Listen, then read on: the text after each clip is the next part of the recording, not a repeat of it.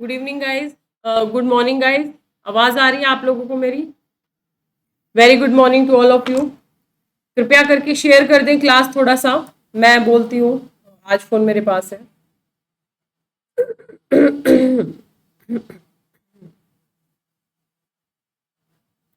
Very good morning to all of you.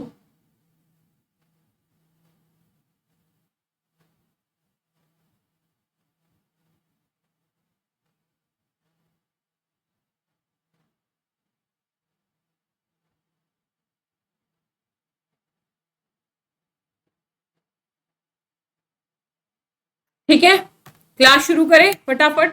पता नहीं क्या हो गया यार। आपको मैं दिखाई दे रही हूँ अच्छे से, है ना? दिखाई दे रही हूँ। अच्छा, चैट ऑप्शन और चैट ऑफ होंगे। रुको रुको रुको, मैं ऑन करती हूँ, मैं ऑन करती हूँ। अब चैट आप कर सकते हैं, देखो एक बार, है ना? तो स्वागत है आप सबका दोस्तों। ठीक है, ये बताओ मुझे, सब कुछ दिखाई दे रहा है, सुनाई दे रहा है, स्लाइड अच्छे से दिखाई दे रही है आप लोगों को? एक बार कमेंट सेक्शन पे आ जाओ, फिर क्लास की शुरुआत करते हैं फटाफट। Very good morning, very good afternoon, good morning. ठीक है, ठीक है, बहुत बढ़िया। तो दोस्तों हम कर रहे थे राज्यपाल, है ना? राज्यपाल वाला टॉपिक कर रहे थे। राज्यपाल में मैंने आप लोगों को काफी सारे क्वेश्चंस बताए कि कहाँ कहाँ से क्वेश्चन बनते हैं। एरियाज बताए कि बेसिकली कौन कौन से एरियाज हैं जहाँ पे क्वेश्चन बनते हैं राज्यपाल से। फिर मैंने आपको कुछ बेसिक पढ़ाया कि ये कार्यकारी प्रमुख हैं, इनकी नियुक्ति ऐसे होती है, व्यवहारिक बातें, कुछ समितियां। हमने निर्वाचन के स्थान पे नियुक्ति पद्धति को क्यों अपनाया, ये मैंने क्वेश्चन भी दिया था कि भाई निर्वाचन के स्थान पे हमने नियुक्ति पद्धति को क्यों अपनाया। तो निर्वाचन के दो तरीके होते हैं, प्रत्यक्ष, तो हमने प्रत्यक्ष निर्वाचन को भी नहीं अपनाया। दूसरा अप्रत्यक्ष, तो हमने अप्रत्यक्ष निर्वाचन को भी नहीं अपनाया। यानी हमने निर्वाचन की तुलना में नियुक्ति को वरीयता क्यों दी, तो इसके पीछे के तर्क मैंने आप लोगों को बताए थे काफी सारे, ये पूरा बताया था। उसके बाद एक जो मुद्दा आता है, केंद्र में जैसे ही सत्ता परिवर्तन होता है तो राज्यपाल की पद मुक्ति से संबंधित जो विवाद उत्पन्न होते रहते हैं कि भाई कोई भी सरकार आती है, राज्यों में मान लो दूसरे दल की सरकार है, तो वहां के राज्यपाल को हटा के अपना राज्यपाल नियुक्त करना चाहती है कोई भी केंद्र सरकार, और ऐसा होता है। मतलब तो ये बेसिकली गलत है, ऐसा नहीं होना चाहिए। इस विवाद का कारण क्या था बेसिकली, ये सारी चीजें मैंने आपको बताई थी। 2010 का निर्णय बताया था, और ये बताया था कि भाई भले ही निर्णय कुछ हो, लेकिन व्यवहारिक तौर पे उस निर्णय को फॉलो नहीं किया गया है, बल्कि सरकार अपने राजनीतिक स्वार्थों से गाइडेड होके कई बार ऐसा करती है। इनके लिए अहर्ताएं शर्तें बताई थी। इनको कौन शपथ वपथ दिलाएंगे ये बताया था। इनके कार्यों में मैंने आप लोगों को कार्यकारी कार्य बता दिए थे सारे, विधायी कार्य बता दिए थे। विधायी कार्यों को बताने के क्रम में मैंने आप लोगों को अध्यादेश भी बता दिया था, अगर आपको याद हो तो। अध्यादेश क्या है, कब लाया जाएगा, कैसे लाया जाएगा, इसकी शक्तियां क्या होंगी, इसको वापस कैसे लिया जाएगा। फिर मैंने राज्यपाल की वित्तीय शक्तियां आपको बता दी थी कि क्या क्या इसकी वित्तीय शक्तियां हैं। क्षमादान की शक्तियां क्या क्या है, और क्षमा, सॉरी गाइस, क्षमादान की शक्तियां जब मैंने आप लोगों को बताई थी, तो मैंने कहीं ना कहीं राष्ट्रपति से तुलना कर दी थी। और मैंने आपको बताया था यहाँ से क्वेश्चन बनता है, स्टैटिक में यदि क्वेश्चन आए ना, तो क्षमादान की शक्तियों से ऊपर क्वेश्चन बन सकता है कि भाई क्षमादान की शक्तियां क्या हैं, दोनों के बीच में क्या डिफरेंसेस है। तो तीन आधार पर डिफरेंस है राष्ट्रपति और राज्यपाल में। एक, मृत्युदंड के संदर्भ में वो क्षमा कर सकते हैं, ये पूरी तरह क्षमा नहीं कर सकते, प्रविलंबन निलंबन वगैरह कर सकते हैं। सैन्य न्यायालय के संबंध में राष्ट्रपति को शक्तियां हैं, वो सैन्य न्यायालय के संबंध में भी क्षमा या फिर सुनवाई इत्यादि का अधिकार है, लेकिन राज्यपाल को ऐसा कोई अधिकार नहीं है। ठीक है, तो यहां तक अगर किसी बच्चे को कोई दिक्कत है तो मेरे से पूछ लो। मैं आशा ये करती हूँ कि आप लोगों ने पीपीटी को रिवाइज किया होगा।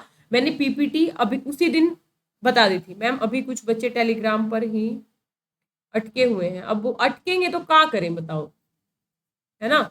अटकने दो जिसको अटकना है। मतलब क्लास तो शुरू, एक तो ये डेली रूमर यार, 5-7 मिनट इंसान लेट हो ही जाता है। 12 बजे का मतलब ये नहीं होता 12 बजे, मान लो कुछ भी काम हो गया, बच्ची रो पड़ी, या फिर मान लो कोई आ गया, 5 मिनट 7 मिनट का गैप, अफवाहें फैलाना शुरू कर देंगे आज क्लास नहीं होगी। तो जिस दिन क्लास नहीं होती है ना, मैं खुद ही अपडेट कर देती हूँ आप लोगों को, है ना? तो शुरू करें, यहां तक किसी को कोई दिक्कत नहीं है ना? ठीक है, अब बात करते हैं राज्यपाल के विवेक अधिकार की। याद है आपको राष्ट्रपति के विवेक अधिकार? राष्ट्रपति के जो विवेकाधिकार थे लगभग सारे विवेकाधिकार राज्यपाल को भी है, यहाँ बस एक आधा एक्स्ट्रा विवेकाधिकार है राज्यपाल को, वो हम बात करेंगे।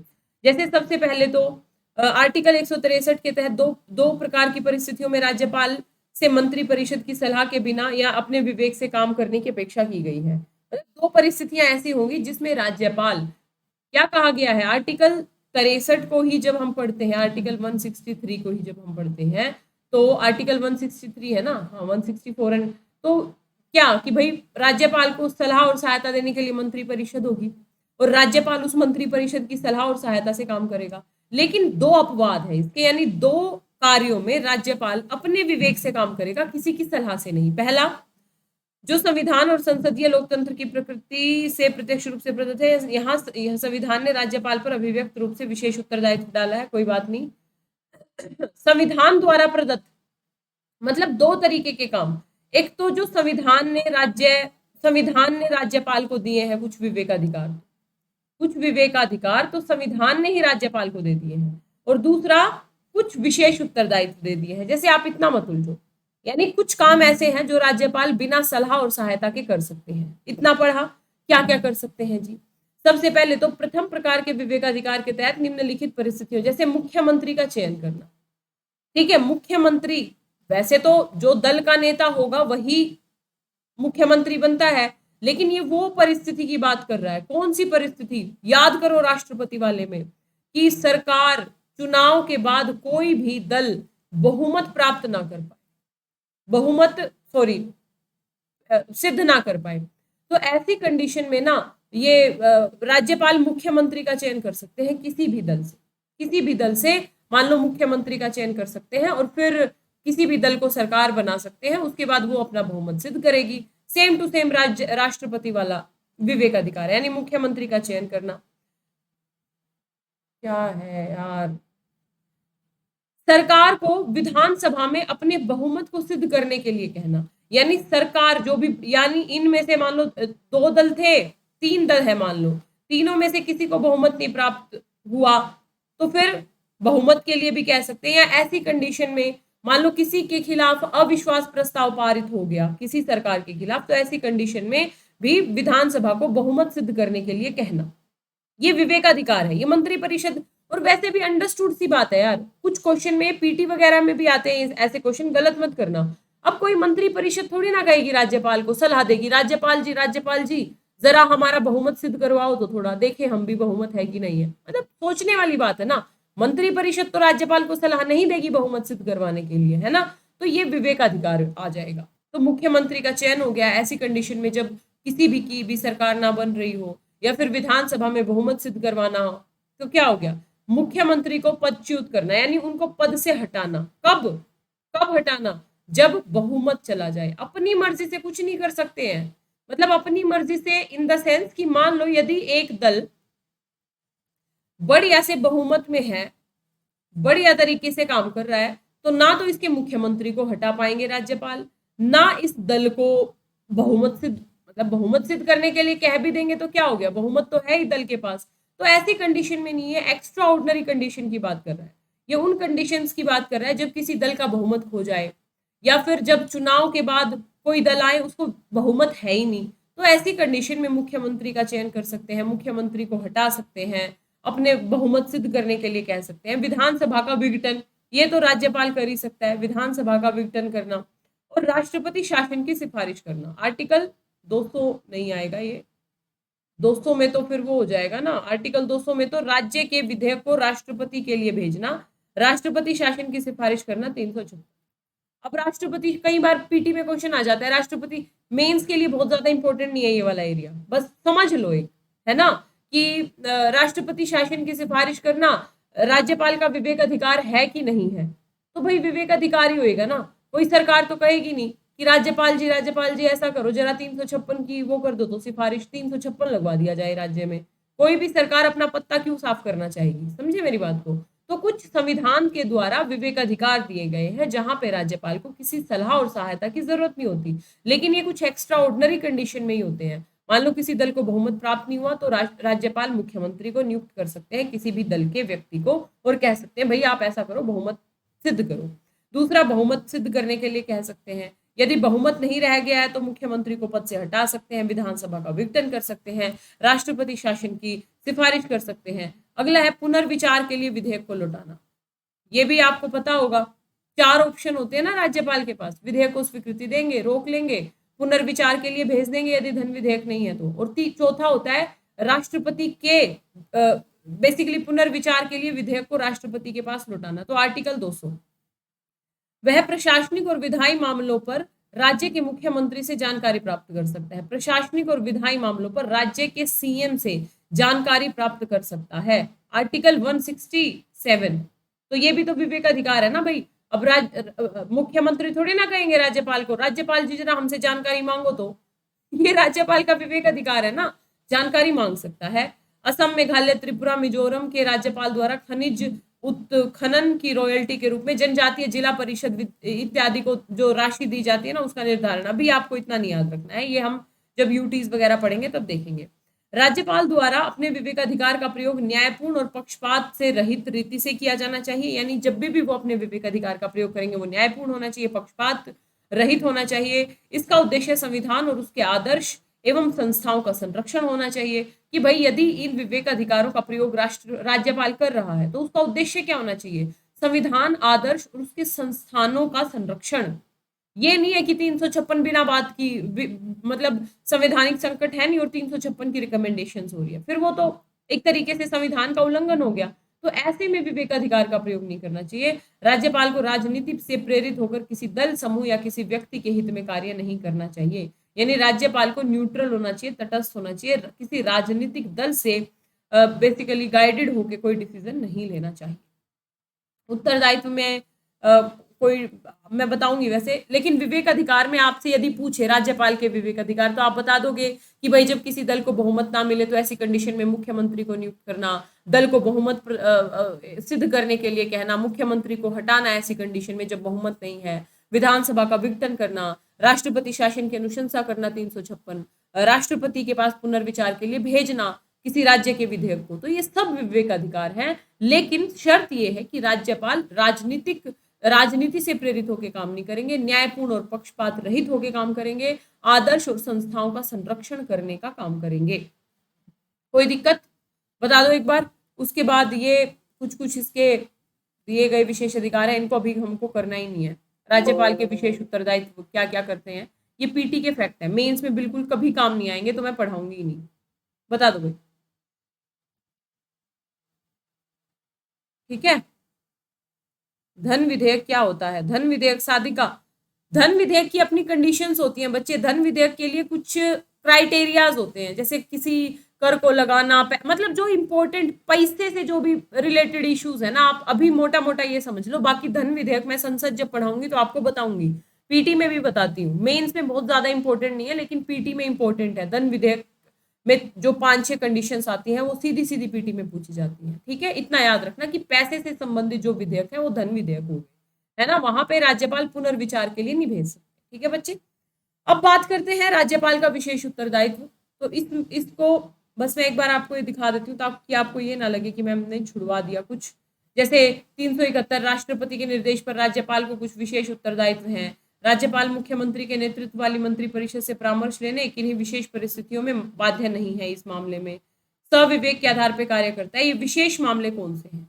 जैसे राष्ट्रपति, ये अलग अलग राज्यों के हैं, बिल्कुल कभी नहीं पूछेगा। जैसे महाराष्ट्र और गुजरात के राज्यपाल को क्रमशः वहां के डिसीजन लेने का अधिकार होता है, ठीक है। जैसे नागालैंड का राज्यपाल त्वेसांग नागा पहाड़ियों की, अब इतना याद नहीं रखना, और पर्टिकुलर यही बातें हैं कि जो नागालैंड के राज्यपाल होंगे ना, वो ये त्वेसांग नागा पहाड़ियों पर आंतरिक अशांति के कारण यदि कानून व्यवस्था का संकट हो जाए, एक परिषद बनानी हो, तो ये बिल्कुल आपको कुछ भी नहीं याद करना है ये, ठीक है, कुछ भी नहीं याद करना है, कभी नहीं पूछेगा, तो इसलिए इसको पढ़ना ही नहीं है, बात खत्म। पीटी में भी हम बहुत कम ध्यान देते हैं क्योंकि इतनी सारी चीजें याद नहीं रहती हैं हम, है ना, ध्यान रखना। पीटी में ज्यादा से ज्यादा हम ये देख लेते हैं, ये 371 एफ किसकी बात है, एच में किसकी बात है, जे में किसकी बात है, दैट्स इट। उससे ज्यादा हम ध्यान नहीं देते, तो बहुत फैक्चुअल चीजें हैं, यहाँ पे नहीं जाना। अब बात करते हैं परिस्थिति जन्य विवेक अधिकार। तो परिस्थिति जन्य विवेक अधिकार ऑलमोस्ट वही सारी बातें आएंगी।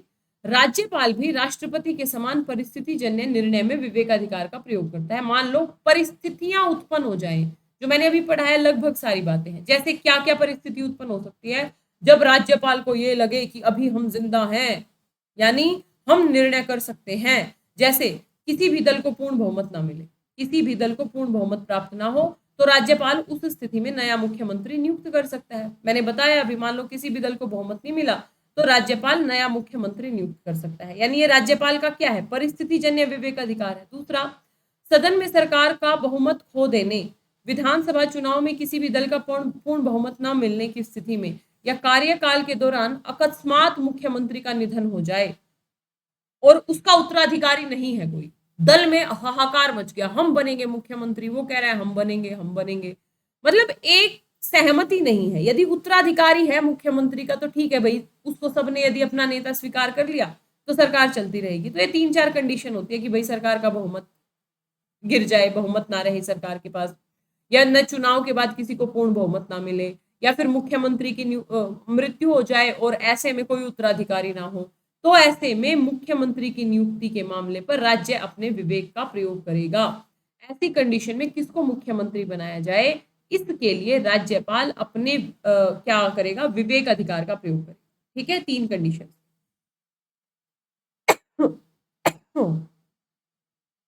सॉरी गाइस, ठीक है, आज ज्यादा ही छींके आ रही है मुझे सुबह से, कोई बात नहीं। फिर है, सदन में बहुमत खो देने के बाद भी त्याग पत्र न सॉरी सदन में बहुमत खो देने के बाद भी त्याग पत्र न देने वाली मंत्रिपरिषद या अविश्वास प्रस्ताव के आधार पर पराजित मंत्रिपरिषद को बर्खास्त कर सकता है। मान लो सदन में बहुमत खो दिया बहुमत, अब त्याग पत्र देना चाहिए, यदि ढंग की सरकार है तो ना, त्याग पत्र देना चाहिए क्योंकि बहुमत तो है नहीं, लेकिन त्याग पत्र नहीं दिया तो ऐसे मंत्री परिषद या अविश्वास प्रस्ताव के आधार पर जो पराजित मंत्री परिषद है उसको राज्यपाल बर्खास्त कर सकते हैं। या तो वो खुद से त्याग पत्र दे देगी या फिर राज्यपाल बर्खास्त कर सकते हैं। मेरी बात समझे? यानी परिस्थिति जन्य विवेकाधिकार में वही सारी बातें जो अभी मैं पढ़ा के हटी हूँ, यानी जब किसी दल का बहुमत ना हो तो फिर मुख्यमंत्री को नियुक्त करना, ऐसी कंडीशन में नया मुख्यमंत्री नियुक्त करना जब नई चुनाव के बाद किसी को भी बहुमत ना मिले।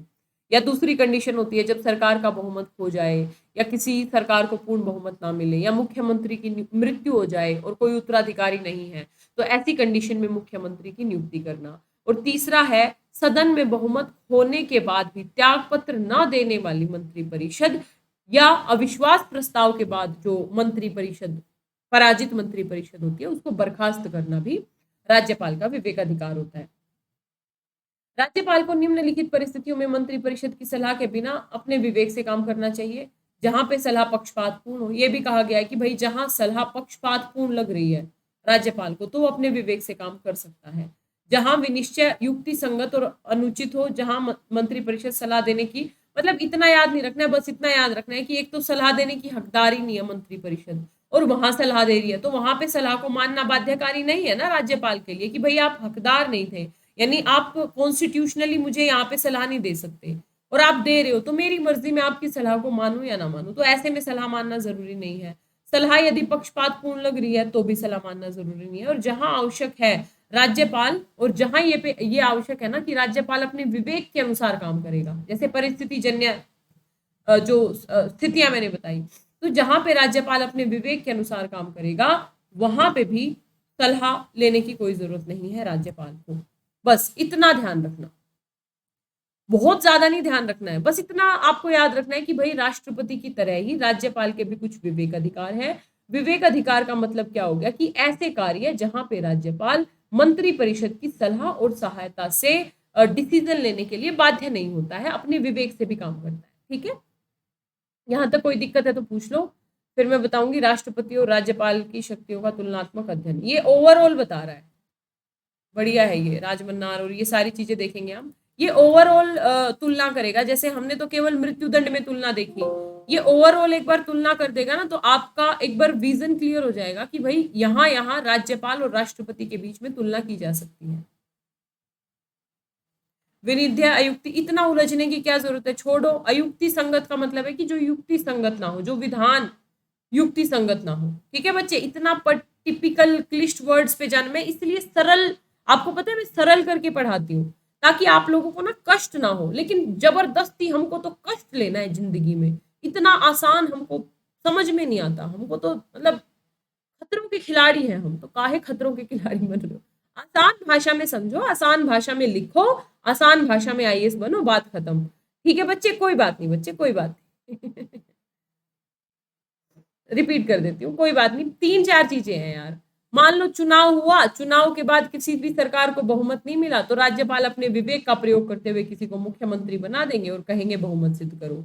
दूसरी बात, यदि कोई मुख्यमंत्री की मृत्यु हो गई और उत्तराधिकारी है नहीं, या फिर ऐसी कंडीशन जहां पे विश्वास खत्म हो गया सत्ता से, मतलब विधानसभा में अविश्वास प्रस्ताव पारित हो गया, तो ऐसी कंडीशन में भी राज्यपाल अपने विवेक से क्या कर सकते हैं, मुख्यमंत्री की नियुक्ति कर सकते हैं। यही 2-3 विवेक अधिकार है। और एक लास्ट वाला ये वाला था, मान लो कोई बहुमत खो दे, त्याग पत्र दे दे, नहीं बहुमत खोने के बाद भी त्याग पत्र ना दे, तो ऐसी सरकार को भी राज्यपाल क्या कर सकते हैं, हटा सकते हैं। ठीक है, आपको ना बस 3-3 4-4 पॉइंट याद होने चाहिए। कार्यकारी क्या है, विधायी क्या है, अध्यादेश क्या है, वित्तीय क्या है, न्यायिक क्या है, क्षमादान क्या है, विवेक अधिकार क्या है। तो इतनी सारी पावर्स को हमने अच्छे से देख लिया है। अब यदि तुलनात्मक अध्ययन की बात करें, राष्ट्रपति और राज्यपाल की शक्तियों का तुलनात्मक अध्ययन।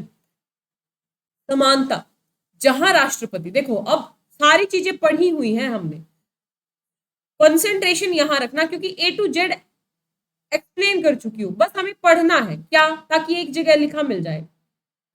जहां राष्ट्रपति केंद्र में संवैधानिक प्रमुख की भूमिका निभाता है, वहीं राज्यपाल राज्य में संवैधानिक भूमिका निभाता है। कोई डाउट, वो केंद्र में, ये राज्य में। ठीक है जी, समानता बहुत बढ़िया।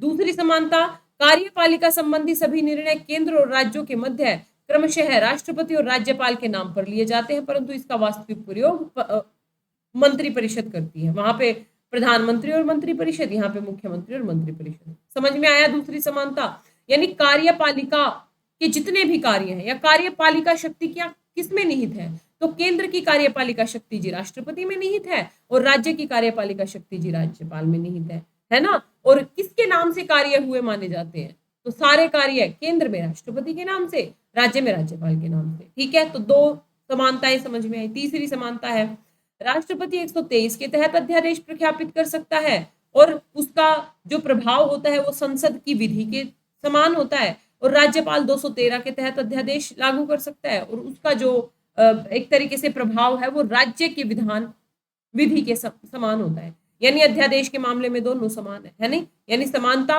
वो संवैधानिक प्रमुख केंद्र का, ये राज्य का, कार्यपालिका शक्तियां राष्ट्रपति में, राज्य की राज्यपाल में, अध्यादेश दोनों, वो 123, ये 213।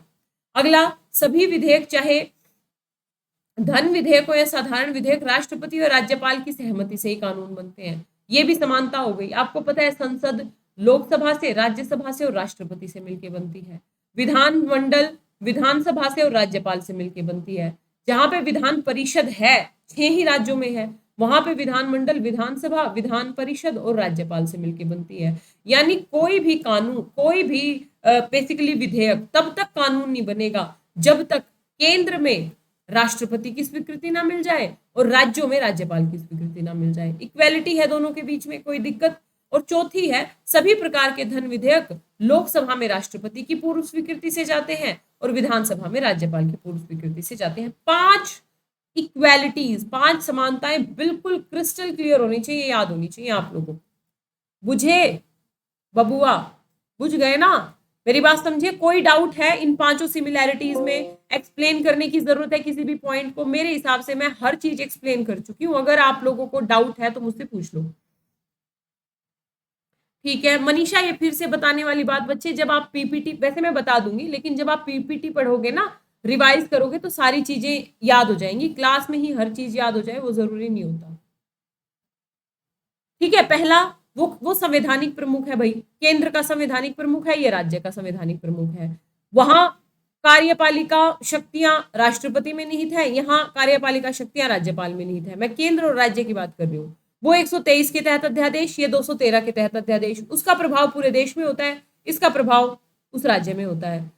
सभी विधेयक केंद्र में कब कानून बनेंगे? जब राष्ट्रपति की सहमति मिल जाए। राज्य में कब कानून बनेंगे? जब राज्य की सहमति मिल जाए। अगला, सारे धन विधेयक केंद्र में राष्ट्रपति की पूर्व सहमति से आएंगे और राज्य में राज्यपाल की पूर्व सहमति से आएंगे।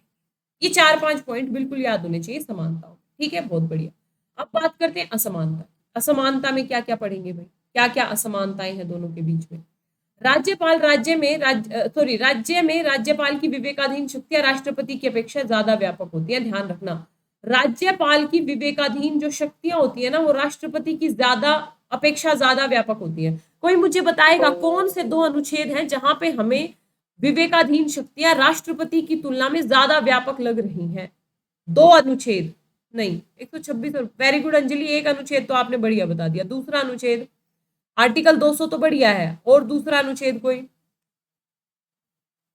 बहुत बढ़िया दिव्या, वेरी गुड बच्चे, 356। यानी ये 2 अनुच्छेद है जिसमें क्या दिखता है? बहुत बढ़िया, सबको पता है भाई। क्या जरूरत है आप लोगों को पढ़ाने की? नहीं, जरूरत है। वेरी गुड, याद रखना। यानी ये बात समझ में आई आपसे यदि, और ये पीटी भी आपका तैयार हो रहा है कहीं ना कहीं, आपसे यदि पीटी में पूछ ले कि राज्यपाल की विवेकाधीन शक्तियां राष्ट्रपति से ज्यादा व्यापक होती हैं, तो पीटी में कई बार जब आप रट के जाते हो ना तो कंफ्यूजन होता है, ज्यादा होती थी कि कम होती थी, ज्यादा थी कि कम थी। लेकिन यदि आपको इतना पता है कि भाई आर्टिकल 200 ज्यादा है राज्यपाल के पास, कि भाई राज्य के किसी विधेयक को राष्ट्रपति के लिए आरक्षित करना, तो आर्टिकल 200 के तहत शक्ति है किसको? राज्यपाल को ज्यादा शक्ति है विवेकाधीन। और 356 राष्ट्रपति शासन की सिफारिश करना। बाकी विवेकाधीन शक्तियां तो लगभग समान होती हैं, विवेकाधीन वगैरह वाली, लेकिन कुछ मामलों में राज्यपाल की विवेकाधीन शक्तियां राष्ट्रपति से व्यापक होती हैं, जैसे आर्टिकल 200 देखा, आर्टिकल 356 देखा। पहली असमानता क्लियर। दूसरा, क्षमादान संबंधी शक्तियों में असमानता। आपको पता है क्या असमानता है? तो 2 असमानताएं हैं। एक तो मृत्युदंड के मामले में, बिल्कुल टिप्स पे हो गई होंगी चीजें, ऐसे ही रिवाइज करो। एक तो मृत्युदंड के मामले में राष्ट्रपति क्षमा कर सकता है, और राष्ट्रपति की पहली तो तीन आधार है, ध्यान रखना, 3 अंतर है। पहली बात तो राष्ट्रपति की क्षमादान शक्ति केंद्रीय विधि तक विस्तारित होती है। पूरे केंद्र की विधि जहां जहां तक होगी वहां वहां तक राष्ट्रपति की क्षमादान शक्ति होगी, जबकि राज्यपाल की क्षमादान शक्ति राज्य की विधि तक विस्तारित होगी। पहला डिफरेंस क्षमादान शक्तियों में, राष्ट्रपति की क्षमादान शक्ति केंद्र विधि तक विस्तारित वहां तक, और राज्यपाल की क्षमादान शक्ति वहां तक जहां तक राज्य की विधि विस्तारित है। दूसरी, क्षमादान में डिफरेंस होता है कि राष्ट्रपति मृत्युदंड की सजा को क्षमा कर सकता है, जबकि राज्यपाल क्षमा नहीं कर सकता। तीसरा डिफरेंस है, राष्ट्रपति को कोर्ट मार्शल के तहत सजा पाए व्यक्ति के दंड को कम करने, परिवर्तन करने का अधिकार है, जबकि राज्यपाल को बेसिकली कोर्ट मार्शल के तहत कोई अधिकार नहीं है। राज्यपाल को राज्य विधानसभा में आंग्ल भारतीय, ये कहां से आ गया? आंग्ल भारतीय कहां से आ गया यहाँ?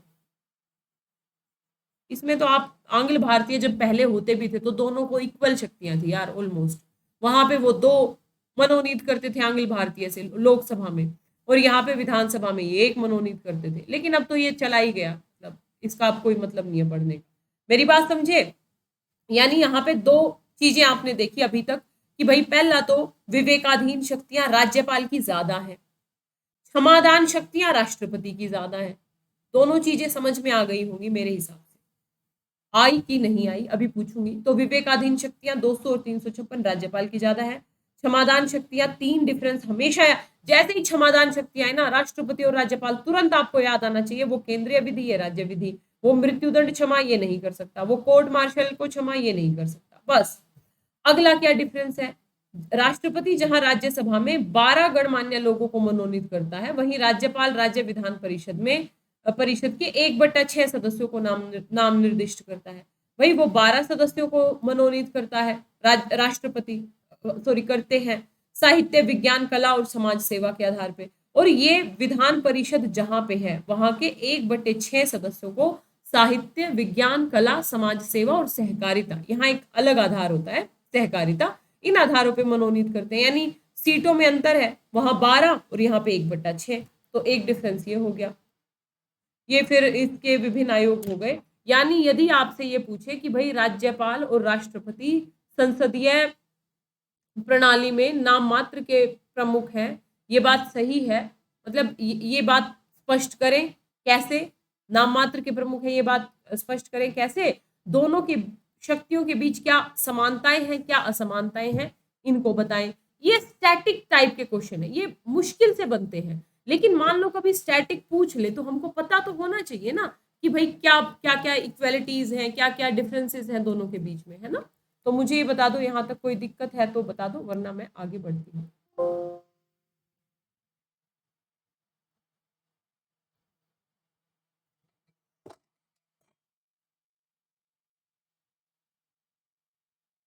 बढ़िया, नो दिक्कत, चलो बहुत बढ़िया।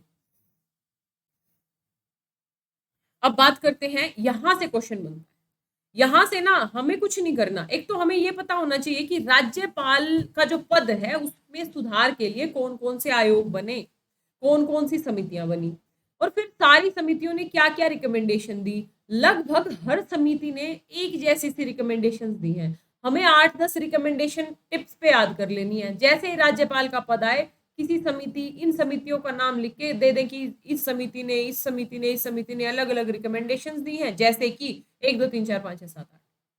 तो उसी को अब हम पढ़ने जा रहे हैं। देखो, सबसे पहले राज्यपाल के संबंध में गठित विभिन्न आयोग और न्यायिक निर्णय। प्रशासनिक सुधार आयोग की बात करें तो राज्यपाल की जो प्रशासनिक सुधार आयोग बना, पहला, राज्यपाल की नियुक्ति और भूमिका के संबंध में प्रशासनिक सुधार आयोग द्वारा कुछ सिफारिशें की गई थी। इसकी नियुक्ति के संबंध में, नियुक्ति कैसे हो और इसकी भूमिका क्या हो, ठीक है। ऐसे व्यक्ति को राज्यपाल नियुक्त किया जाना चाहिए जो दलीय पूर्वाग्रहों से मुक्त हो, जिनका सार्वजनिक जीवन व प्रशासन में लंबा अनुभव हो। इनको ना टिप्स पे रट लेना, इन सारे रिकमेंडेशंस को, है ना। और कुछ नहीं है, घुमा फिरा के हर समिति वही बात करेगी। क्या कह रहे हैं कि भाई ऐसे व्यक्ति को राज्यपाल नियुक्त किया जाना चाहिए जो दलीय पूर्वाग्रहों से मुक्त हो, या जो राजनीतिक जो पूर्वाग्रह है या राजनीति से जुड़ा हुआ ना हो डायरेक्टली। तो दलीय पूर्वाग्रहों से मुक्त हो, भाई कोई भी दल हो उसे तो अच्छे से काम करना है अपने राज्य में, है ना। और जिसका सार्वजनिक जीवन और प्रशासन में लंबा अनुभव हो, ऐसे व्यक्ति को राज्यपाल बनाया जाना चाहिए। दूसरा, कार्यकाल की समाप्ति पर वह पुनः राज्यपाल नियुक्त किए जाने के योग्य नहीं होना चाहिए। ये बोला था इस प्रशासनिक सुधार आयोग ने, नहीं भी याद रखोगे तो चल जाएगा। इन्होंने ये कहा था भाई यदि कार्यकाल समाप्त हो गया तो एक ही व्यक्ति को दोबारा राज्यपाल नहीं बनाया जाना चाहिए। मत याद करना, बहुत सारे रिकमेंडेशन है याद करने के लिए। अब कहोगे मैम हम तो याद करेंगे, तो कर लो, लेकिन बहुत सारे रिकमेंडेशंस हैं जो हमको याद रखनी है ना। जैसे सेवानिवृत्ति के बाद क्या बोला, सेवानिवृत्ति के बाद न्यायाधीशों को राज्यपाल ने ही नियुक्त किया जाना चाहिए। लेकिन एक न्यायाधीश जो सेवानिवृत्त होने के बाद सार्वजनिक जीवन में प्रवेश करते हुए राजनीतिक पद प्राप्त करता है अथवा निर्वाचित पद पर है, तो उसे राज्यपाल की नियुक्ति के लिए अयोग्य नहीं माना जाएगा। ये बोल रहा है सेवानिवृत्ति के बाद न्यायाधीशों को राज्यपाल नहीं नियुक्त किया जाना चाहिए। लेकिन ये बोल रहा है एक न्यायाधीश जो सेवानिवृत्त होने, मतलब दो चीजें हैं। जैसे मान लो आज ये सेवानिवृत्त हुए हैं बाबूजी, सेवानिवृत्त हुए और अगले 10 दिन के अंदर कहीं का राज्यपाल बना दिया, तो ये तो सीधा सीधा क्या है, इन्होंने न्यायाधीश रहते हुए कुछ ना कुछ तो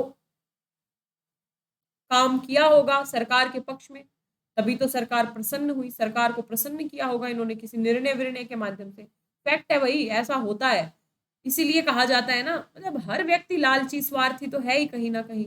उसको लगता है कि अरे क्या हो गया, हम थोड़ा इनके पक्ष में निर्णय देते हैं, कल को हमारा भी भला हो जाएगा, हम भी कहीं राज्यपाल बन जाएंगे। तो ये कहा गया कि तुरंत आप यदि किसी को, आप न्यायाधीश को रिटायर होने के तुरंत बाद यदि आप राज्यपाल बना रहे हो तो वो गलत है। लेकिन मान लो आज ये न्यायाधीश रिटायर हुए, इन्होंने 5-10 साल सार्वजनिक जीवन में काम किया, तो फिर एक अलग बात हो सकती है। आप ये नेक्स्ट लाइन मत याद रखना, बिल्कुल मत याद रखना। आपको ये बात जरूर याद रखनी चाहिए कि सेवानिवृत्ति के बाद न्यायाधीशों को राज्यपाल नहीं नियुक्त किया जाना चाहिए। वैलिड पॉइंट भी है यार, वो अभी किसी संवैधानिक पद से निकला, और यदि उसे लालच रहेगा ना कि मेरे को तो ये पद मिल जाएगा, मेरे को तो ये पद मिल जाएगा, तो फिर वो उसी के अनुरूप निर्णय भी देंगे। जैसे एक न्यायाधीश आप लोगों ने देखा ही होगा, जैसे ही रिटायर हुए, रिटायर होने के मतलब 15-20 दिन भी नहीं वेट किया, तुरंत क्या किया, राज्यसभा का सदस्य बना दिया उनको। तो ये नहीं होना चाहिए, ये कहीं ना कहीं लोकतांत्रिक संस्थाओं को कमजोर करता है। तो दूसरा, पहला पॉइंट आपको याद रहेगा कि भाई ऐसा हो जो दलीय पूर्वाग्रहों से मुक्त हो, सार्वजनिक जीवन का लंबा अनुभव हो। दूसरा, किसी सेवानिवृत्त न्यायाधीश को आप राज्यपाल नहीं बनाओगे। तीसरा, राज्यपाल की नियुक्ति के संदर्भ में मुख्यमंत्री से परामर्श लेने की स्वस्थ परंपरा को सुदृढ़ता से विकसित किया जाए। मान लो भाई, राज्यपाल की नियुक्ति कौन कर रहा है? राष्ट्रपति और मंत्रिपरिषद यानी केंद्र कर रहा है, इस राज्य में कर रहा है। तो इस राज्य में जिस राज्यपाल को भेजा जा रहा है, तो इस राज्य के सीएम से परामर्श लिया जाए, क्योंकि काम किसको करना है? एक राज्य में एक होगा नाम मात्र का, एक होगा वास्तविक राज्य में, यानी राज्यपाल और सीएम को मिलकर काम करना है। तो ये बोला गया कि राज्यपाल की नियुक्ति से पहले उस राज्य के सीएम या मुख्यमंत्री से परामर्श लेने की एक स्वस्थ परंपरा को विकसित करना चाहिए कि भाई हम आपके राज्य में इस व्यक्ति को राज्यपाल बना के भेजें, ताकि बेहतर समन्वय के साथ काम हो सके। तीसरा, याद रखना है, ये सारे पॉइंट्स याद रखने हैं। फिर राज्यपाल द्वारा सविवेक की शक्तियों के प्रयोग के विषय में दिशा निर्देश को केंद्र स्वीकृति पर राष्ट्रपति के नाम से, कोई जरूरत नहीं है इसको याद करने की, बहुत सारी आएंगी, हम काहे उलझे जिसमें ज्यादा दिमाग लगाना है। अपने संवैधानिक उत्तर यही होता है। आपको ये लग रहा होगा कि नहीं मैम बताया क्यों नहीं, क्या करोगे इतना जान के? मैं आपको 12-13 पॉइंट बता दूंगी, एग्जाम में यदि 12-13 पॉइंट लिखा है काम हो जाएगा। अब फालतू में वहीं पे कहा उलझना है जहां पे एक्स्ट्रा दिमाग लगाना पड़े। जो चीजें हमें सरलता से याद हो रही हैं हम वो पॉइंट लिखेंगे ना, और जो ज्यादा वैलिड है। तीनों पॉइंट आपको अच्छे से क्लियर हो गए होंगे। जैसा अपने संवैधानिक उत्तरदायित्व को प्रभावी तौर पर पूरा करने के लिए राज्यपाल को 167 के प्रावधानों के अनुकूल सूचना प्रदान करनी चाहिए। कोई जरूरत नहीं है, 167 वैसे आपको पता है कि भाई जो प्रधान मुख्यमंत्री के कर्तव्य है, तो उसके अकॉर्डिंग इनको सूचना प्राप्त करनी चाहिए, कोई जरूरत नहीं है। अब ये भगवान सहाय समिति आई भाई, उसके बाद अब एक दो रिकमेंडेशन इनकी उठा लेते हैं। हमें भगवान सहाय समिति याद नहीं रखनी, हमें बस ये देखना है और क्या रिकमेंडेशन हो सकती है राज्यपाल के पद के लिए। यानी अभी तक हमने 3 रिकमेंडेशन देख ली जिसको हम अपने हर आंसर में छेपेंगे। पहली बात तो ये वाली, दलीय पूर्वग्रहों से मुक्त हो, सार्वजनिक जीवन और प्रशासन का लंबा अनुभव हो, सेवानिवृत्ति के बाद न्यायाधीशों को राज्यपाल का पद ना दिया जाए, और तीसरा मुख्यमंत्री से परामर्श लिया जाए। अब ये भगवान जी क्या कहेंगे? मंत्री परिषद को विधानसभा में बहुमत प्राप्त है या नहीं, इसका निर्धारण विधानसभा के द्वारा किया जाना चाहिए। क्या बोला? मंत्री परिषद को विधानसभा में बहुमत है या नहीं, इसका निर्धारण विधानसभा करे, ना कि राज्यपाल। राज्यपाल कई बार पूर्वाग्रह से ग्रसित हो जाता है, मतलब जिस दल में लग रहा है कि अच्छा केंद्र से निर्देश आया है, क्या इसी को सत्ता सौंपनी है, तो राज्यपाल कई बार यहाँ अपने पद का दुरुपयोग करने की संभावना तो है ही। भाई किसी भी दल को, मान लो जैसे मैंने आपको बोला ना विवेकाधीन है शक्तियां, कि भाई एक ये दल है एक ये दल है, इसको भी बहुमत नहीं है इसको भी बहुमत नहीं है। अब केंद्र में इस दल की सरकार है, तो केंद्र क्या कहेगा? फोन करेगा राज्यपाल को, देखो राज्यपाल महोदय जी आपको क्या करना है, इस दल के व्यक्ति को सीएम बनाना है, बहुमत की टेंशन मत लो, पैसा बहुत है हमारे पास, बहुमत हम सिद्ध करवा के रहेंगे। तो राज्यपाल क्या करेंगे? चुपचाप इसको मुख्यमंत्री बना देंगे। यानी यहाँ पे राज्यपाल की क्रेडिबिलिटी क्या है, वो किस आधार पे मुख्यमंत्री बना रहे हैं, उस पर क्वेश्चन मार्क तो लग ही सकता है।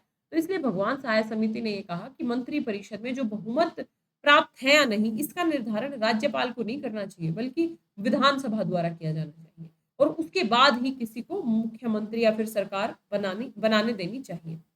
अगला, यदि कोई मुख्यमंत्री विधानसभा द्वारा बहुमत के प्रश्न को निर्धारित करने से अस्वीकार करता है, तो यह माना जाना चाहिए कि मंत्री परिषद को बहुमत प्राप्त नहीं है। कोई जरूरत नहीं उलझने की।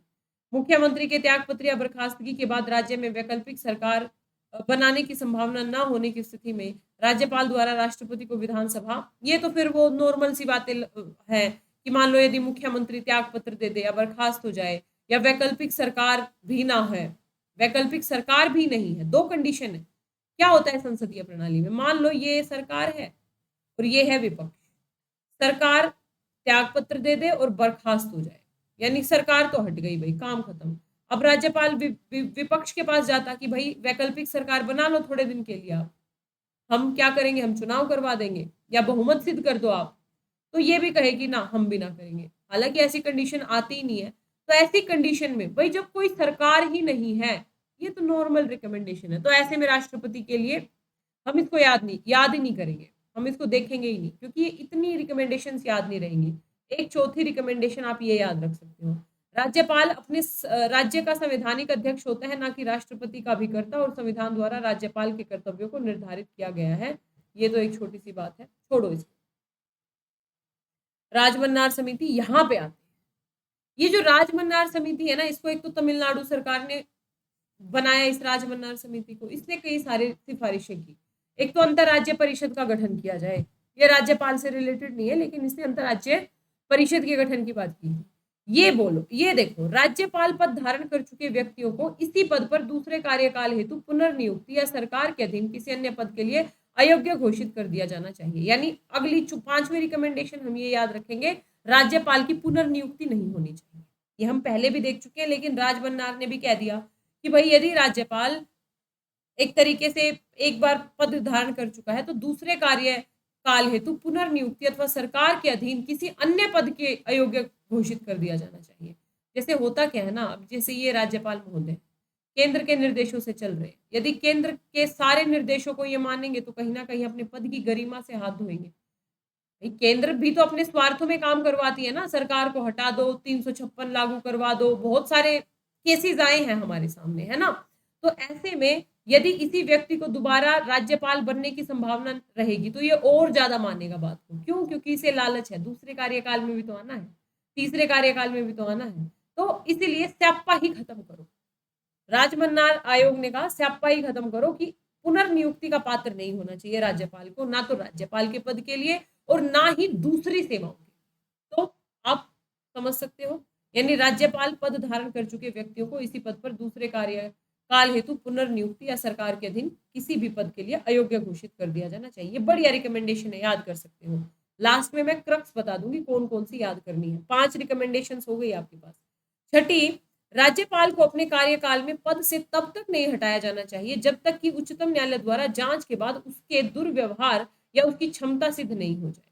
ये बहुत बढ़िया रिकमेंडेशन है किसकी? राजमन्नार कि भाई आप आते हो, केंद्र में सरकार बदलती है, राज्य में कोई राज्यपाल है तो ये देखा जाता है भाई हट जाओ राज्यपाल महोदय जी। राज्यपाल वैसे बुजुर्ग ही होते हैं तो यहाँ पे फिर भी हम थोड़े बाल लगा देते हैं, जेल नहीं लगाते। ये मैंने जेल नहीं लगाया, राज्यपाल जेल लगा के थोड़े ना घूमेंगे। इमेजिन करो ना, राज्यपाल जेल लगा के घूम रहे हैं, कईयों के तो बाल ही नहीं होते बेचारे, मतलब एक एज आ जाती है ना, तो राज्यपाल पे जेल सूट नहीं करेगा। तो समझ लो, मान लो ये राज्यपाल महोदय है, अब ये राज्यपाल महोदय को सरकार कहे कि राज्यपाल जी हट जाओ, मतलब ऐसे ही नहीं हटा सकती। यहाँ पे राजमन्नार कमेटी ने ये सिफारिश की थी कि उच्चतम न्यायालय द्वारा जांच के बाद ही, मतलब 2 आधार है ना, दुर्व्यवहार या फिर अक्षमता या फिर संविधान का उल्लंघन, तो उच्चतम न्यायालय जांच करेगा कि इस महोदय ने ऐसा कुछ किया है क्या, उसके बाद ही हटाया जाना चाहिए। लेकिन ये लागू नहीं है, ये रिकमेंडेशंस है। मतलब रिकमेंडेशन का मतलब ऐसा होना चाहिए, लेकिन होता नहीं है।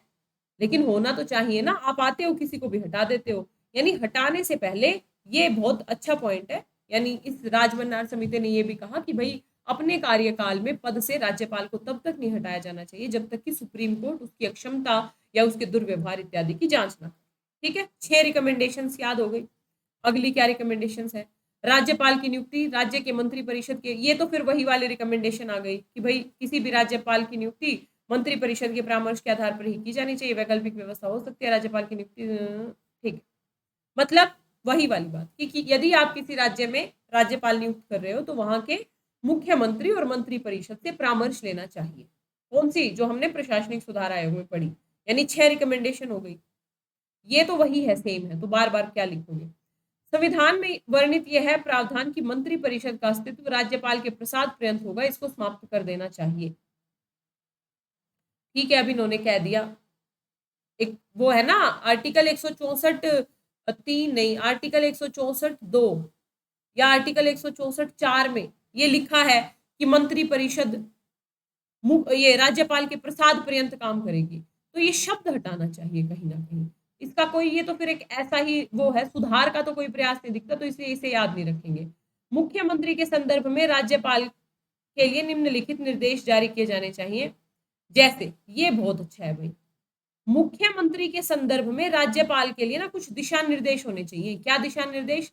मान लो अभी तक तो राज्यपाल को विवेकाधिकार है कि 2 दल हैं, 2 दल में किसी को भी बहुमत नहीं है तो राज्यपाल किसी को भी सीएम बना सकता है, ये विवेकाधिकार है। तो यहाँ पे ये कहा राजमन्नार समिति ने कि भाई यहाँ पे ना कुछ दिशा निर्देश होने चाहिए। जैसा, राज्यपाल कहाँ गया, राज्यपाल बहुमत दल के नेता को ही मुख्यमंत्री नियुक्त करे।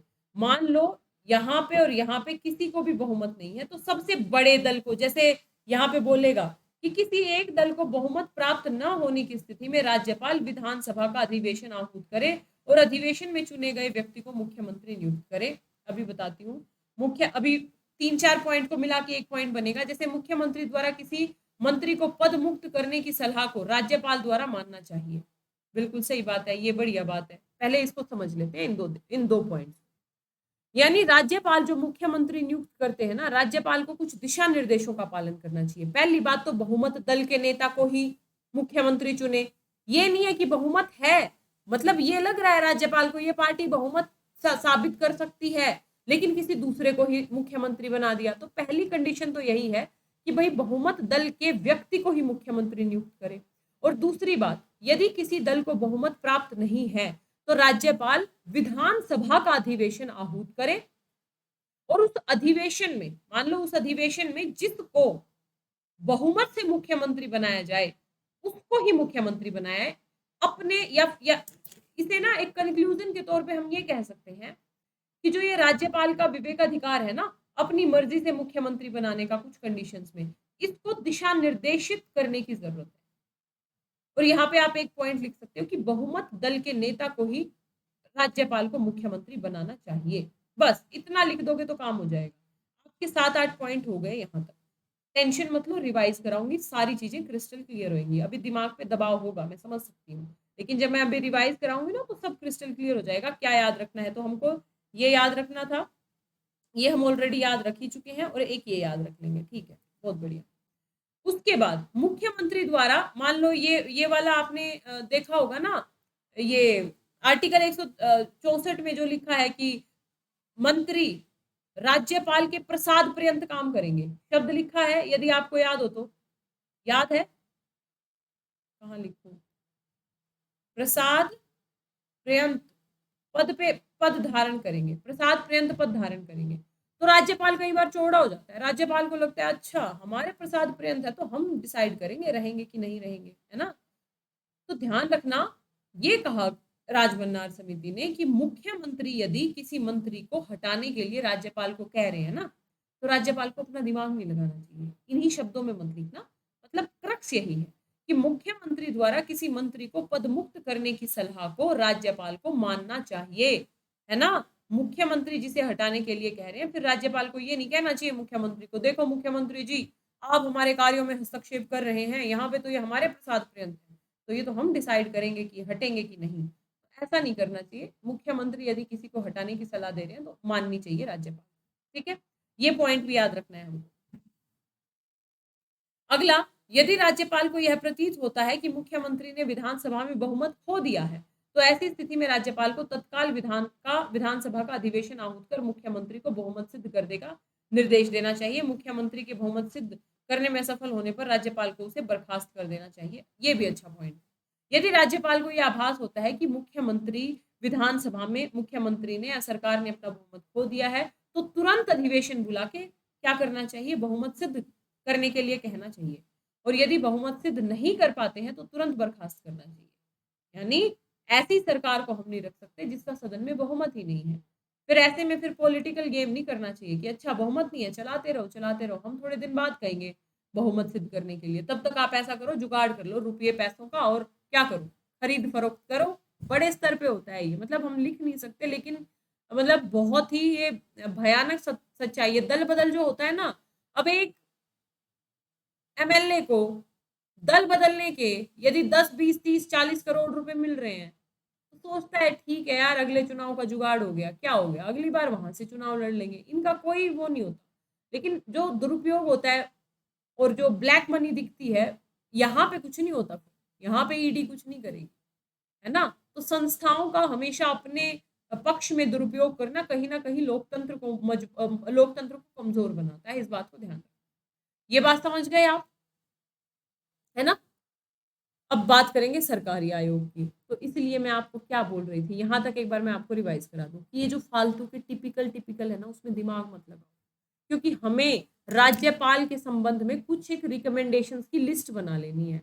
वो लिस्ट बन जाएगी 15-16 पॉइंट की। तो वो 15-16 पॉइंट हम बढ़िया बढ़िया पॉइंट बनाएंगे जो हम सरलता से याद भी रख सके, जिसमें एक्स्ट्रा दिमाग भी ना लगे। पहली बात तो मेरी ये बताओ यहाँ तक जो मैंने बोला, जो मेरा पॉइंट है वो समझ में आया। यही पढ़ने का तरीका भी होना चाहिए कि हर चीज को नहीं समझना है, सरलता से जो चीज समझ में आ रही है, हाँ जो जरूरी है उसको समझना है ना? क्या बोल रहे हो? प्रैक्टिकली प्रैक्टिकली होता है, लेकिन मान लो राज्यपाल कई बार बोले कि मेरे प्रसाद पर्यंत है, तो इसलिए राजमन्नार ने पहले ही कहा कि भाई यदि मुख्यमंत्री आपको किसी मंत्री को हटाने के लिए कह रहा है कि भाई हटा दो, क्योंकि वो फाइनली हटा तो आप ही सकते हो ना उसको, क्योंकि वो आपके प्रसाद पर्यंत है, तो राज्यपाल को उस सलाह को मानना चाहिए। ठीक है, अब बात करते हैं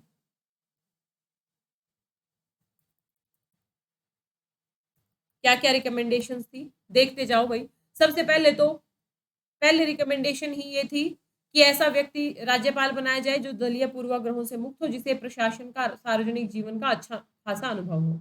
दूसरा, राज्यपाल की समाप्ति पर पुनः राज्यपाल नियुक्त होने का पात्र नहीं होना चाहिए। ये रिकमेंडेशन आगे राजमन्नार भी देंगे, लेकिन हमें पता है पुनर्नियुक्ति का प्रावधान नहीं होना चाहिए। तीसरा, किसी भी न्यायाधीश को आप राज्यपाल नियुक्त नहीं, सेवानिवृत्त न्यायाधीश को राज्यपाल नियुक्त नहीं करना चाहिए। और चौथा, राज्यपाल को यदि नियुक्त कर रहे हैं तो मुख्यमंत्री से परामर्श लेने की स्वस्थ परंपरा को विकसित करना चाहिए। 4 पॉइंट्स याद हो गए राज्यपाल के संदर्भ में। और क्या हो सकता है? और हो सकता है ये वाला, राज्यपाल, ये फिर कार्यकाल वाला तो सेम आ ही गया, 4 पॉइंट हुए यहाँ तक। उसके बाद राज्यपाल को अपने कार्यकाल में पद से तब तक नहीं हटाया जाना चाहिए, कार्यकाल में, कार्यकाल के बाद तो हटा ही सकते हैं 5 वर्ष के बाद, तो कार्यकाल में तब तक पद से नहीं हटाया जाना चाहिए जब तक कि सुप्रीम कोर्ट जांच ना कर ले उनके दुर्व्यवहार या अक्षमता इत्यादि, ताकि जो पद मुक्ति का जो क्या बोल सकते हैं उसको, दुरुपयोग हो रहा है, उसको रोका जा सके, कि जिसकी मर्जी आओ हटाओ, तो ये तो गलत चीज है ना। तो ये आप रिकमेंडेशन 5 भी याद कर सकते हो। छठी रिकमेंडेशन याद कर सकते हो, वही मुख्यमंत्री के परामर्श, जो हम पहले ही, तो छठी नहीं है 5 ही हुई है। उसके बाद हाँ, राज्यपाल को ना मुख्यमंत्री के संदर्भ में कुछ दिशा निर्देशों का पालन करना चाहिए, यानी जो बहुमत दल का नेता है उसे ही मुख्यमंत्री नियुक्त करना चाहिए, किसी अन्य को नहीं। और साथ ही आप ये याद रख सकते हो कि यदि राज्यपाल को ये प्रतीत होता है किसी मुख्यमंत्री ने बहुमत खो दिया है, तो फिर तुरंत बहुमत सिद्ध करने के निर्देश देने चाहिए। और यदि बहुमत सिद्ध करने में असफल होती है तो राज्यपाल को तुरंत बर्खास्त करना चाहिए। यहाँ तक कोई दिक्कत नहीं है, तो मैं आती हूँ सरकारी आयोग पे। सरकारी आयोग, पुंछी आयोग पढ़ेंगे, एसआर बोम्बई वाद सीधा सीधा पूछता है, बूटा सिंह वाद, उत्तराखंड विवाद, सर्वोच्च न्यायालय, राज्यपाल की संवैधानिक स्थिति, त्रिशंकु, मुख्यमंत्री तो फिर कम से कम राज्यपाल निपटा लें आज। बताओ भाई फटाफट। अच्छा मैम, सभी कमेटी का अलग अलग रिकमेंडेशन याद करना चाहिए और कमेटी रिकमेंडेशन लिख कर पॉइंट वाइज, कुछ नहीं, अलग अलग याद करने की जरूरत नहीं है। ध्यान रखना, अगर मान लो आपको बस ये पता होना चाहिए कि राज्यपाल के संबंध में किस किस कमेटी ने रिकमेंडेशन दी, जैसे अभी तक हमने देखा ये प्रशासनिक सुधार आयोग ने दी, भगवान सहाय समिति ने दी, राजमन्नार ने दी, अभी तक हमने 3 पढ़ी। तो बस ये कमेटी के नाम याद हो और 10-15 पॉइंट ये याद हो कि अलग अलग कमेटियों ने मिलजुल के क्या रिकमेंडेशंस दी हैं। मान लो यदि सरकार या आयोग ही पूछ ले कि भाई सरकार या आयोग ने क्या रिकमेंडेशंस दी है, तो यदि आप सरकार या आयोग की 4-5 रिकमेंडेशंस पहले लिख दो और ये दूसरी रिकमेंडेशंस भी लिख दोगे ना, तो भी बहुत अच्छा इंपैक्ट पड़ेगा, क्योंकि पॉइंट्स होंगे आपके पास और वैलिड पॉइंट होंगे जो कि आपने खुद नहीं बनाए हैं, बल्कि स्कॉलर्स यानी अलग अलग कमेटियों के द्वारा वो पॉइंट्स ऐड किए गए हैं। ठीक है, how many days is available for prove majority, यार ऐसा कोई दिन नहीं होता मतलब प्रूव करने का, वो राज्यपाल के ऊपर डिपेंड करता है कि वो कब बुलाता है कि भाई प्रूव करो मेजोरिटी, उसके लिए कुछ टाइम लिमिट है, मैं देख लूंगी एक बार कितना है। ठीक है मैम, तो दोबारा राज्यपाल नियुक्त नहीं होते हैं, एक ही बार नियुक्त होते नहीं, ये रिकमेंडेशंस हैं स्वाति, मैं पहले ही बोली बच्चे, रिकमेंडेशंस का मतलब है ऐसा होना चाहिए कि एक ही व्यक्ति को एक ही बार नियुक्त करो, ताकि वो दलीय या स्वार्थों से परे होके काम कर सके। यदि एक ही व्यक्ति को ये पता लग गया कि भाई साहब अगली बार भी तो आना है, अगली बार कैसे आएंगे, अगली बार तब आएंगे जब केंद्र के इशारे पे नाचे हम, मेरी बात समझे, तो अगली बार तो तभी आएंगे। तो फिर ये जो राज्यपाल होगा ये न्यूट्रल होके काम नहीं कर पाएगा, क्योंकि इसे अगली बार आने का लालच रहेगा, है ना। तो ये रिकमेंडेशंस हैं मानी नहीं गई है, अभी माना जाना चाहिए यदि हमें राज्यपाल के पद को और ज्यादा सशक्त बनाना है, बेहतर बनाना है। ऐसा ही सीएम और पीएम के साथ भी होना चाहिए, बट होता है क्या? होना कहाँ, होता कहाँ है? एनीवे 5 साल बाद नहीं, सीएम और पीएम और राज्यपाल में अंतर है। देखो, सीएम और पीएम को कौन चुनता है? सीएम और पीएम को जनता चुनती है। यदि बेहतर काम कर रहा है तो जनता फिर से चुन लेगी, बेहतर काम कर रहे हैं फिर से चुन लेगी, नहीं बेहतर काम कर रहे हैं तो हटा देगी, है ना? तो उनको जनता चुनती है। लेकिन राज्यपाल का तो अगली बार आएगा कि नहीं आएगा, ये टोटली डिपेंड इस बात से करता है कि उसने कितना कहना माना, वो कितना आज्ञाकारी था। किसका? केंद्र सरकार का। मेरी बात समझे आप? राज्यपाल का तो नेक्स्ट टाइम आना ही इस बात पे निर्भर करता है कि वो कितना आज्ञाकारी था। यदि वो आज्ञाकारी नहीं है, वो यदि अपने विवेक से काम कर रहा है, अब वो यदि न्यूट्रल होके काम कर रहा है, केंद्र सरकार की बातों को नहीं मान रहा है, तो फिर सरकार दोबारा उसे नियुक्त नहीं करेगी, क्योंकि सरकार को भी तो मतलब आज्ञाकारी चाहिए, आज्ञाकारी लोग चाहिए। मेरी बात समझे? क्या बोल रहे हो? न्यूट्रल तो अभी भी कहाँ होंगे न्यूट्रल? न्यूट्रल वो एक बात सही है यार, अभी भी न्यूट्रल नहीं है, लेकिन फिर तो और न्यूट्रल नहीं होंगे ना, क्योंकि उनको अगले साल आना है। और अभी भी इसलिए नहीं है ना, क्योंकि अभी कोई प्रोविजन नहीं है ना एक बार का, दूसरी बार भी आ सकते हैं। इसको लागू नहीं किया गया है ना केवल एक बार को, तो इसलिए फिर वो न्यूट्रल होके काम नहीं करते, ताकि हमें अगली बार भी हम पे आशीर्वाद बना रहे। आशीर्वाद बनाए रखने के लिए फिर क्या होता है? आदेशों को मानना पड़ता है। मैम, जो मनोनीत सदस्यों के नाम भी पूछ सकता है? क्या बोल रहे हो? मनोनीत सदस्यों के नाम? अरे ना, बिल्कुल भी नहीं। क्या क्या याद रखोगे यार? यूपीएससी को भी पता होता है कि इतना नहीं याद रख सकते, ठीक है? तो हमने भाई प्रशासनिक सुधार आयोग देखा, भगवान सहाय समिति देखी, राजमन्नार समिति देखी, अब देखेंगे सरकारिया आयोग। 1983 में केंद्र सरकार द्वारा, इतना याद नहीं रखना है, गृह मंत्रालय के अधिसूचना के तहत एक आर एस सरकारिया की अध्यक्षता में एक आयोग गठित किया गया। इनका नाम था श्री बी शिवरमन। अच्छा नहीं, इनके सदस्य और थे, सॉरी, सरकारिया आयोग ही याद रखना है, सदस्य वदस्य नहीं याद रखने। समिति ने अनेक अध्ययन, विचार विमर्श और विस्तृत वार्ता के पश्चात 1988 में अपनी रिपोर्ट प्रस्तुत की। 87 में दी थी भई ये मेरे ख्याल से, जहां तक मेरे को याद आ रहा है। तो राज्यपाल से संबंधित मत याद रखना, कुछ सिफारिशें दी। समिति ने कहा कि राज्यपाल की नियुक्ति के समय कुछ विशेष पहलुओं को ध्यान में रखा जाना चाहिए। अब और रिकमेंडेशन क्या कही इन्होंने? पहली बात तो इसने ये कही कि राज्यपाल को ना राज्य से बाहर का व्यक्ति होना चाहिए, यानी यदि यूपी में कोई राज्यपाल है तो वो यूपी का व्यक्ति नहीं होना चाहिए, क्योंकि यदि वो यूपी का हुआ तो यूपी की पॉलिटिक्स से वो प्रभावित होकर काम करेगा। और राज्यपाल को गैर राजनीतिक व्यक्ति होना चाहिए, क्योंकि पॉलिटिक्स नहीं करनी है राज्यपाल को तो नाम मात्र का काम करना है, जो कि न्यूट्रल होकर कर सके। तो अगली रिकमेंडेशन, उसे राज्य के बाहर का व्यक्ति होना चाहिए। मेरी बात समझे? ये लागू भी होता है, मतलब जनरली लागू भी होता है। जैसे जो राज्यपाल होता है वो उस स्टेट का नहीं होता, वो दूसरे स्टेट का होता है। जैसे यूपी की जो अभी राज्यपाल जी है वो गुजरात से है ना, लेकिन यूपी में है ना? तो ध्यान रख लेना, उसे राज्यपाल के बाहर, सॉरी, उसे उन्हें राज्य से बाहर का निवासी होना चाहिए। दूसरा, ये बहुत अच्छा है कि उनकी ना विगत कुछ वर्षों में राजनीति में सक्रिय भागीदारी नहीं हो, यानी वो एक्टिव पॉलिटिशियंस ना हो। एक्टिव पॉलिटिशियन यदि होंगे तो फिर वो कहीं ना कहीं तो पॉलिटिशियन, वो कहते हैं ना चोर चोरी, क्या बोलते हैं यार, मेरी मम्मी कहावत बोलती है, चोर चोर चोरी छोड़ सकता है, हेरा फेरी नहीं। हाँ, चोर चोरी छोड़ सकता है, हेरा फेरी नहीं। मेरे को दोहे वो है ना थोड़े कम याद रहते हैं, तो दिमाग लगाना पड़ता है। तो जब पॉलिटिशियन जाएगा ना, तो वो कुछ ना कुछ तो मतलब कांड करवाता रहेगा, क्योंकि वो पॉलिटिक्स वाली आदत है उसकी। तो इसलिए पहली रिकमेंडेशन सरकारी आयोग की ये थी कि भाई राज्यपाल जिस राज्य में है उस राज्य का निवासी नहीं होना चाहिए। दूसरा, पहले मतलब राज्यपाल बनने से कुछ वर्षों पहले ये देखा जाना चाहिए कि वो सक्रिय राजनीति में ना हो। तीसरा, वह राज्य की स्थानीय राजनीति और दलीय राजनीति में संलग्न ना रहा हो। ये भी देखा जाना चाहिए कि जो राज्य की स्थानीय राजनीति है और जो दलीय राजनीति है उसमें संलग्न ना रहा हो, यानी किसी पॉलिटिकल पार्टी का व्यक्ति जो उस राज्य की दलीय राजनीति में जुड़ा रहा हो, ऐसे व्यक्ति को राज्यपाल नहीं होना चाहिए, क्योंकि ऐसे राज्य व्यक्ति से फिर हम न्यूट्रलिटी की अपेक्षा नहीं कर सकते कि भाई वो न्यूट्रल होके काम करेगा, है ना? नहीं अपेक्षा कर सकते। वो फिर दल का पक्ष लेगा या फिर दल का विरोध, किसी दूसरे दल का विरोध करेगा। ठीक है, यानी राज्य के बाहर का, सक्रिय राजनीति में भाग नहीं, स्थानीय राजनीति और दलीय राजनीति में संलग्न नहीं। अगला, संबंधित तथ्यों और विवरणों के साथ राज्यपाल द्वारा राष्ट्रपति को सौंपे गए प्रतिवेदन के आधार पर ही 356 का प्रयोग किया जाना चाहिए।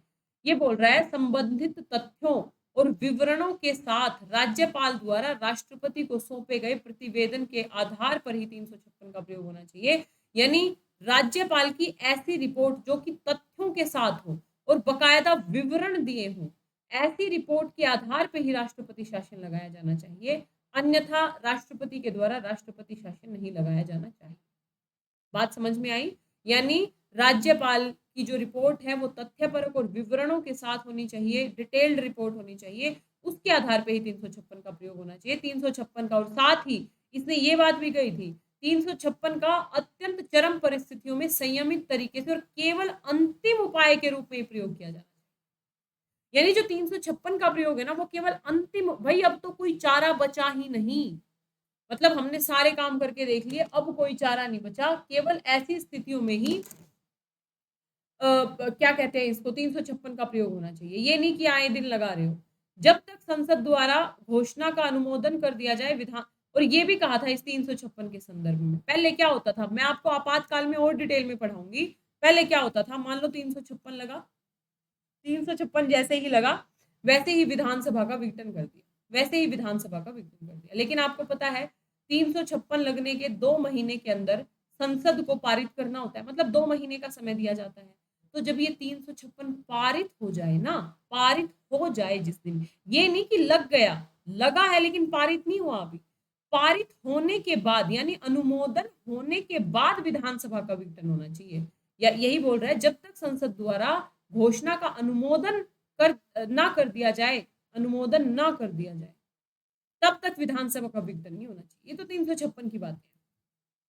तो आपको क्या याद रखना है, सरकारी आयोग में बाहर का व्यक्ति होना चाहिए, सक्रिय राजनीति में भागीदारी नहीं होनी चाहिए, राज्य की स्थानीय राजनीति और दलीय राजनीति में संलग्न नहीं होना चाहिए, राष्ट्रपति को 356 को तथ्यों और विवरण के साथ रिपोर्ट के, राज्यपाल की रिपोर्ट के बाद ही राष्ट्रपति शासन लगाया जाना चाहिए, और 356 का प्रयोग अंतिम परिस्थिति में किया। वैसे ये दोनों पॉइंट 356 में आएंगे, जब 356 पढ़ेंगे ना हम सरकारी आयोग की रिकमेंडेशन फिर से पढ़ेंगे, है ना। राज्यपाल के लिए आपको खाली 3 पॉइंट याद रखने हैं, तो 6 और 3 9 पॉइंट याद हो गए आपको। रिवाइज कराऊंगी फिर से, टेंशन मत। फिर आता है जी पुंछी आयोग। ये पुंछी आयोग 2007 में भारत के पूर्व मुख्य न्यायाधीश मोहन पुंछी की अध्यक्षता में आयोग बनता है। इसने क्या कहा, आयोग ने केंद्र राज्यों के मध्य मौजूद व्यवस्थाओं की जो कार्य हैं, विधायी संबंध, प्रशासनिक संबंध, राज्यपाल की भूमिका, आपातकालीन प्रावधान, वित्तीय संबंध, आर्थिक सामाजिक नियोजन, पंचायती राज संस्थाएं, अंतर्राज्य नहीं, जल सहित संसाधनों को साझा करना इत्यादि, ठीक है, समीक्षा की, रिपोर्ट की, कितनी सिफारिशें थे बिल्कुल भी याद नहीं रखना, बस इतना कहा। इस पुंछी आयोग ने ना राज्यपाल के संदर्भ में बहुत कुछ अधिक नहीं लेकिन जिक्र जरूर किया, वही सारी बातें आएंगी घुमा फिरा के, मुख्यमंत्री से परामर्श, राज्य के बाहर का। लेकिन इस पुंछी आयोग ने एक जो इम्पोर्टेंट बात की थी, ये वाला है ना, कि पुंछी आयोग ने स्थानीय स्तर पर केवल प्रभावित हिस्से में आपस नहीं है ये, आपात स्थिति लागू करने की अनुशंसा की। यानी मतलब इस पुंछी आयोग की एक विशिष्ट बात यह है, बाकी तो सबके जैसी है, जो बाकी बात करेंगे वो सब इन्होंने भी की। इन्होंने बस एक विशिष्ट बात ये कह दी थी कि मान लो यदि 356 वगैरह आपातकाल लागू करना भी है ना, 356 लागू करना है आपको, मान लो यूपी के किसी 2 डिस्ट्रिक्ट में असंवैधानिक व्यवस्था उत्पन्न हो गई, तो आप ये आपातकाल पूरे यूपी में मत लागू करो, आप केवल इन 2 डिस्ट्रिक्ट में लागू कर दो। यानी इसने ना केवल प्रभावित हिस्से में आपातकाल लागू करने की रिकमेंडेशंस दी थी, यानी पूरे राज्य में आपातकाल लागू ना करके जहां पे कानून व्यवस्था की स्थिति बिगड़ी है। ऐसा तो है नहीं पूरे राज्य में एक ही बार बिगड़ गई, एक ही बार बिगड़ी है तो पूरे में लगा दो, लेकिन यदि उस राज्य के कुछ एरियाज में कानून व्यवस्था की स्थिति बिगड़ी है तो उनमें राष्ट्रपति शासन लगा दो ना। ये आपको बस पुंछी आयोग ने अलग बात कही थी, अदरवाइज कोई बात नहीं। ठीक है, यहां तक मैं एक बार आती हूँ, फिर आती हूँ एसआर मुंबई पे। ये सारी चीजें मैं आपको एक बार रिवाइज करा दूंगी, क्या क्या हमें याद रखना है।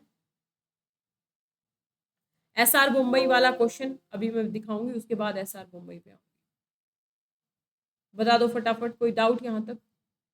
मैम यदि गवर्नर 2 स्टेट के लिए नियुक्त हैं, तो उसे यदि हटाया जाए तो एक स्टेट से भी हटाया जा सकता है, दोनों स्टेट से? नहीं, वो तो फिर डिपेंड करेगा ना, मान लो यदि पूरी तरीके से ही हटाया जा रहा है उसको, तो फिर दोनों से हट जाएगा, ऐसी कोई दिक्कत नहीं है। और एक से हटाया जाना है तो फिर जब दूसरे में राज्यपाल आ जाएगा तो दूसरे में वो काम करता रहेगा। लेकिन यदि हटाया जाना है, मतलब केंद्र ने ये तय कर लिया है कि भई ये आज्ञाकारी नहीं है, मतलब मान लो ये ढंग से काम नहीं कर रहे हैं, ऐसे शब्द लिख मत देना एग्जाम हॉल में, समझाने के लिए समझाए जाते हैं आप लोगों को।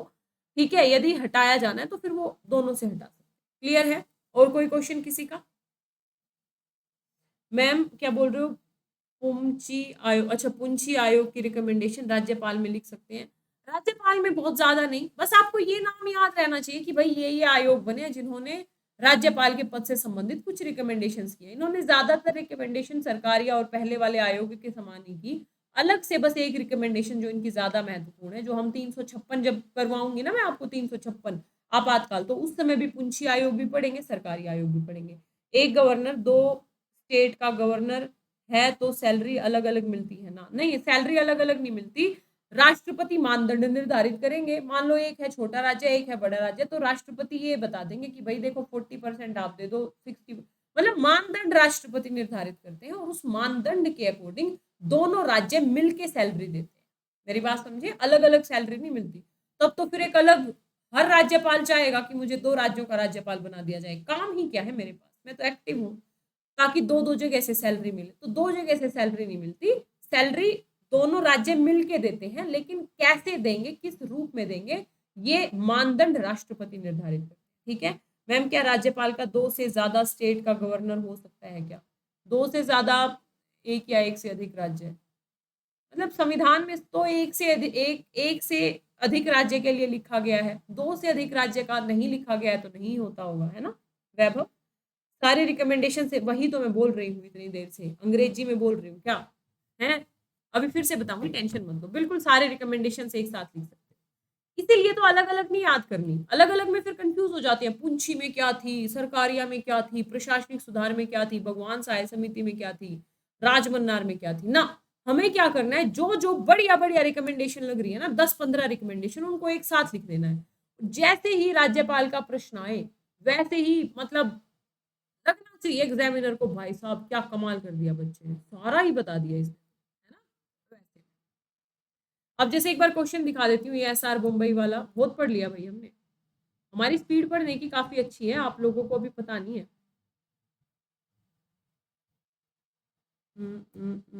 एक क्वेश्चन था ना, पहले वो क्वेश्चन दिखाती हूँ फिर आपको बता।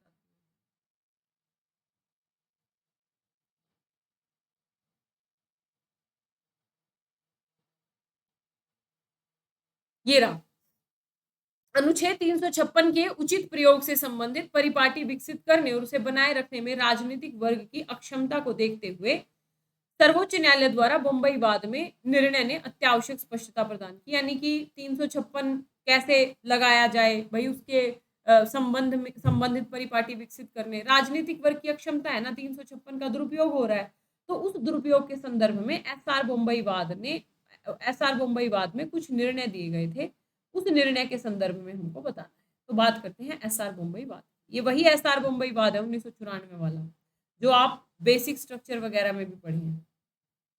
देखो, बेसिक स्ट्रक्चर में नहीं, लेकिन इस एसआर मुंबई का जिक्र हमने कई जगह किया है, अभी फिर से पता लग जाएगा। जैसे क्या कहा इस एसआर मुंबई बनाम भारत संघ, ये कुछ आपको डिसीजन के पहलू याद होने चाहिए।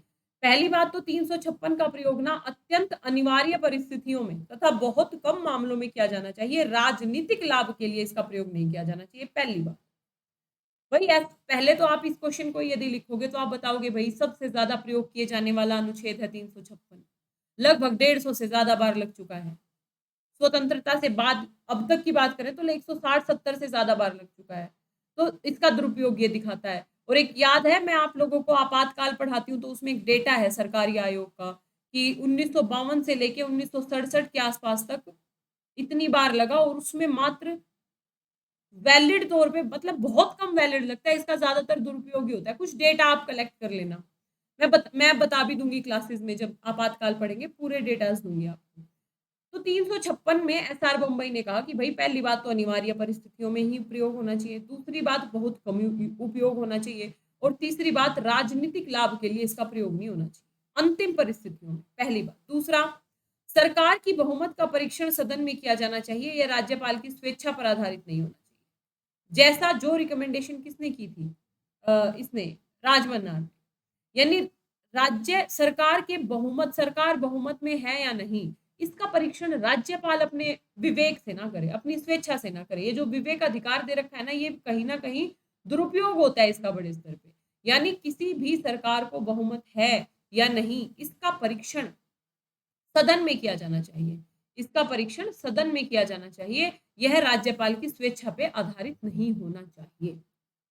ठीक है, अगली क्या कही, न्यायालय मंत्री परिषद द्वारा दी गई सलाह पर प्रश्न नहीं उठा सकता, किंतु वह राष्ट्रपति शासन पाए जाने पर सुधारात्मक कदम उठा सकता है। बहुत बढ़िया बात। क्या कहा कि न्यायालय, जैसे एक वो है ना आर्टिकल 163 कि भाई मंत्री परिषद ने राज्यपाल को क्या सलाह दी, दी भी या नहीं दी, न्यायालय इस बारे में प्रश्न नहीं उठाएगा। तो न्यायालय ने कहा ठीक है भाई, हम इस मामले में प्रश्न नहीं उठा सकते, लेकिन राष्ट्रपति शासन गलत पाए जाने पे, राष्ट्रपति शासन गलत पाए जाने पर सुधारात्मक कदम उठा सकते हैं। यदि आपने गलत तरीके से राष्ट्रपति शासन लगाया है तो फिर हम सुनवाई भी कर सकते हैं, और यदि हमने गलत पाया तो हम उसको रद्द भी कर सकते हैं। अगला, 356 का प्रयोग प्रशासकीय तंत्र की विफलता के आधार पर नहीं लगाया जाना चाहिए, बल्कि संवैधानिक मशीनरी के विफल, जैसे क्या होता है ना, 356 का प्रयोग जैसे ही प्रशासकीय तंत्र विफल हुआ, मान लो सरकार थोड़ा ढंग से नहीं काम कर पा रही, लगा दो जी 356। तो 356 का आधार प्रशासकीय तंत्र की विफलता नहीं है, बल्कि संवैधानिक मशीनरी, मतलब जब पूरा संवैधानिक मशीनरी ही चौपट हो जाए। 356 में क्या है, जब संवैधानिक मशीनरी विफल हो जाए तो ऐसी कंडीशन में 356 लगाया जाएगा। तो ये बात कही कि केवल प्रशासनिक तंत्र की विफलता के आधार पर 356 नहीं लगाया जाए, बल्कि संवैधानिक मशीनरी के फेल होने पे ही 356 लगाया जाए। अभी मैं कुछ वाद विवाद बताऊंगी। एसआर मुंबई कभी आ जाए, जैसे एसआर मुंबई वाला ये क्वेश्चन है, इसी क्वेश्चन को आज आप लोग करना। अब मैं फिर पीछे जाऊंगी तो यार देख लेना जो क्वेश्चन था, मैं अभी उसका फॉर्मेट बता दूंगी आप लोगों को। लेकिन 356 में क्या क्या कि भाई अनिवार्य परिस्थितियों में, बहुत कम मामलों में, राजनीतिक लाभ के लिए नहीं। इसके अलावा राज्यपाल के संदर्भ में इस एसआर मुंबई में ये कहा गया कि सरकार की बहुमत का परीक्षण सदन में किया जाना चाहिए, राज्यपाल की स्वेच्छा पर निर्भर होना नहीं चाहिए। यदि आपातकाल गलत तरीके से लगाया गया है और न्यायालय को ये गलत लगता है, मतलब न्यायालय ने अपनी जांच में इसे गलत पाया है, तो न्यायालय उसे अवैध घोषित कर सकता है। और साथ ही 356 प्रशासनिक तंत्र की विफलता के आधार पर नहीं लगाया जाना चाहिए, बल्कि संवैधानिक तंत्र की विफलता के आधार पर ही लगाया जाना चाहिए। ठीक है, एक बार क्वेश्चन का फॉर्मेट सुन लो भाई। जैसे देख लो क्या बोल रहा है, 356 के उचित उपयोग से संबंधित परिपाटी विकसित करने और उसे बनाए रखने में राजनीतिक वर्ग की क्षमता को देखते हुए। ठीक, तो सबसे पहले हम बताएंगे कि भाई आर्टिकल 356 के तहत जो राष्ट्रपति राज्य में संवैधानिक तंत्र की विफलता होने पे राष्ट्रपति शासन लगा सकता है ना।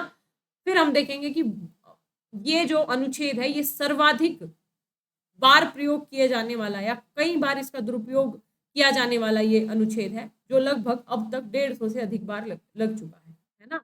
और इसमें कुछ डेटास दे देना, डेटास आपको आपातकाल वाले में मिल जाएंगे। इसका वैसे मैं सेम टू सेम फॉर्मेट दे दूंगी आपको रात में ना, आप लिख के भेजना, फॉर्मेट आपको मिल जाएगा इस क्वेश्चन का। उसके बाद आप देखोगे कि भाई इसका दुरुपयोग है और कई जगह इसका गलत तरीके से, अभी जो एग्जाम्पल लिखोगे उनके एग्जाम्पल के नाम भी लिख सकते हो, अभी जो मैं एग्जाम्पल बताऊंगी आपको। तो भाई कई बार इसका गलत तरीके से प्रयोग किया। तो एसआर मुंबई वाद में जब ये मुद्दा गया तो एसआर मुंबई वाद ने कुछ महत्वपूर्ण निर्णय दिए। एसआर मुंबई वाद के चारों निर्णय लिख के उसके बाद आप लिखोगे, अतः कहा जा सकता है कि 356 का प्रयोग बेसिकली संवैधानिक तंत्र की विफलता से बचाने के लिए किए जाने की बात की गई थी। लेकिन ये और 356 को ना अम्बेडकर जी ने डेड लेटर कहा था, एक डेड प्रपत्र कहा था कि इसका प्रयोग ही नहीं होगा कभी, यदा कदा प्रयोग होगा। लेकिन यह सर्वाधिक बार प्रयोग किया जाने वाला बन गया, तो इसलिए 356 का प्रयोग बहुत ही अनिवार्य परिस्थितियों में, बहुत ही अंतिम विकल्प के तौर पे किया जाना चाहिए, ताकि हम संघात्मक ढांचे को जो संघात्मक ढांचे को सुरक्षित बनाए। इस तरीके से लिखना होगा कुछ कुछ, आप एक बार प्रयास करना। इसका फॉर्मेट फिर आपको रात में या कल मैं दे दूंगी।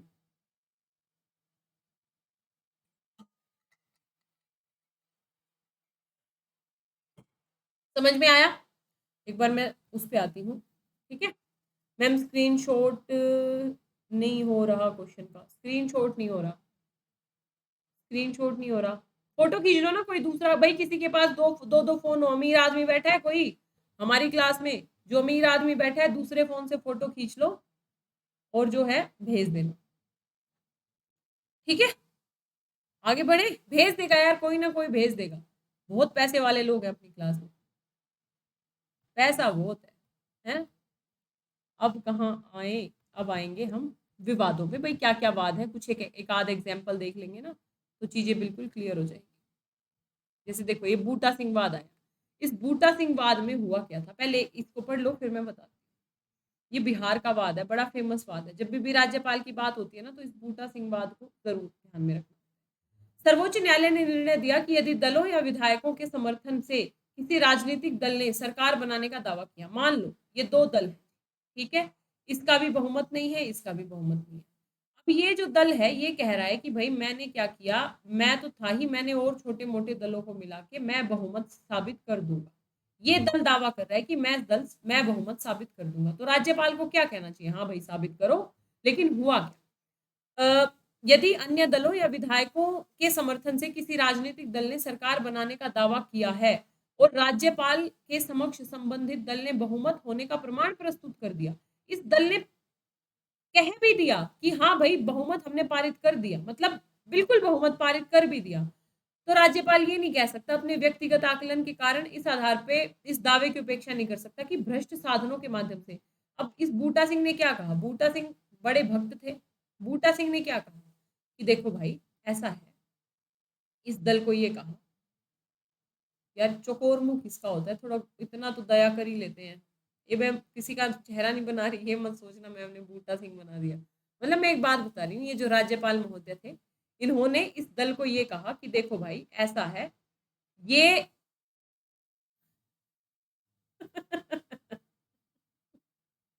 बढ़िया है ना। देखो भाई ऐसा है, ये जो दल है ना, मतलब ये जो आपने बहुमत साबित किया है ना, ठीक है आपने बहुमत साबित तो कर दिया, लेकिन आपने गलत साधनों का प्रयोग किया है, आपने भ्रष्ट साधनों का प्रयोग किया है। तो ये मामला गया न्यायालय में, तो इन्होंने ने इसको माना नहीं कि ये गलत है कि सही है, मतलब इसको गलत माना। तो मामला जब न्यायालय में गया तो इन्होंने कहा कि देखो जी न्यायालय जी हमने तो बहुमत साबित कर दिया था, तो न्यायालय को ये बोलना पड़ा बूटा सिंह वाद में कि देखो भाई राज्यपाल महोदय जी, जब कोई दल यदि बहुमत सिद्ध कर दिया तो आपका काम है बहुमत सिद्ध कर दिया तो उसे मानना, हाँ भाई बहुमत है। आप अपने व्यक्तिगत आकलन के आधार पर ये नहीं कह सकते कि बहुमत आपने भ्रष्ट साधनों से प्राप्त किया है। तो यहाँ पे बड़ी लताड़ लगाई थी बूटा सिंह वाद में राज्यपाल को कि ज्यादा व्यक्तिगत आकलन के चक्कर में मत पड़ो, हमें पता है ये व्यक्तिगत आकलन का संदेश कहाँ से आ रहा है, मतलब व्यक्तिगत आकलन के आधार पे आप बहुमत को नकार नहीं सकते, है ना। तो मेरी बात समझ में आई। बूटा सिंह वाद में किसी को कोई दिक्कत? बूटा सिंह वाद याद रखना हमेशा। 2 दिन से भूखा है, ये तो सही बात है, भूखा लग रहा है, कुपोषित लग रहा है, कोई बात नहीं, क्लियर हुआ ना। तो ये हुआ था, ये मतलब इस बात में ये कहा गया कि भाई आप नहीं वो कर सकते, ठीक है, तो ध्यान रखना बूटा सिंह वाद याद रखना। भ्रष्ट साधनों के माध्यम से बहुमत प्रदान किया है तो आप उसको नकार नहीं सकते, बहुमत तो प्रदान किया। दूसरा, राष्ट्रपति से कुछ नवीनतम विवाद देख लो, जैसे अरुणाचल प्रदेश विवाद। क्या हुआ अरुणाचल प्रदेश में? अरुणाचल प्रदेश मामले में सर्वोच्च न्यायालय ने तत्कालीन राज्यपाल की भूमिका पे ही प्रश्न चिन्ह उठाते हुए और उसके निर्णय को निरस्त करते हुए पहली बार किसी राज्य की पूर्ववर्ती सरकार को पुनः बहाल कर दिया एवं राज्यपाल के संबंध में कुछ महत्वपूर्ण निर्णय दिए। ये कहा जब तक, अभी मैं बताती हूँ पूरा, जब तक राज्य की निवर्तमान सरकार राज्यपाल के विचार में बहुमत या सदन में विश्वास ना खो दे तब तक उसे विधानसभा के सत्र को एक तरफा तरीके से आहूत करने और किसी मुद्दे पे संदेश भेजने का अधिकार नहीं है, अर्थात यह एक तरफा निर्णय विवेकाधिकार की शक्ति अवैधानिक है। वह विधानसभा अध्यक्ष को पद से हटाने संबंधी निर्णय नहीं ले सकता। राज्यपाल राज्य मंत्री परिषद के परामर्श के अनुसार कार्य करने हेतु बाध्य है। जहां तक उसके विवेकाधीन शक्ति का प्रश्न है वो संवैधानिक दायरे के अधीन होनी चाहिए। हुआ क्या, राज्यपाल ने जो सरकार थी उसको बर्खास्त कर दिया कि भाई आपका बहुमत ही नहीं है, ठीक है, आपका बहुमत ही नहीं है।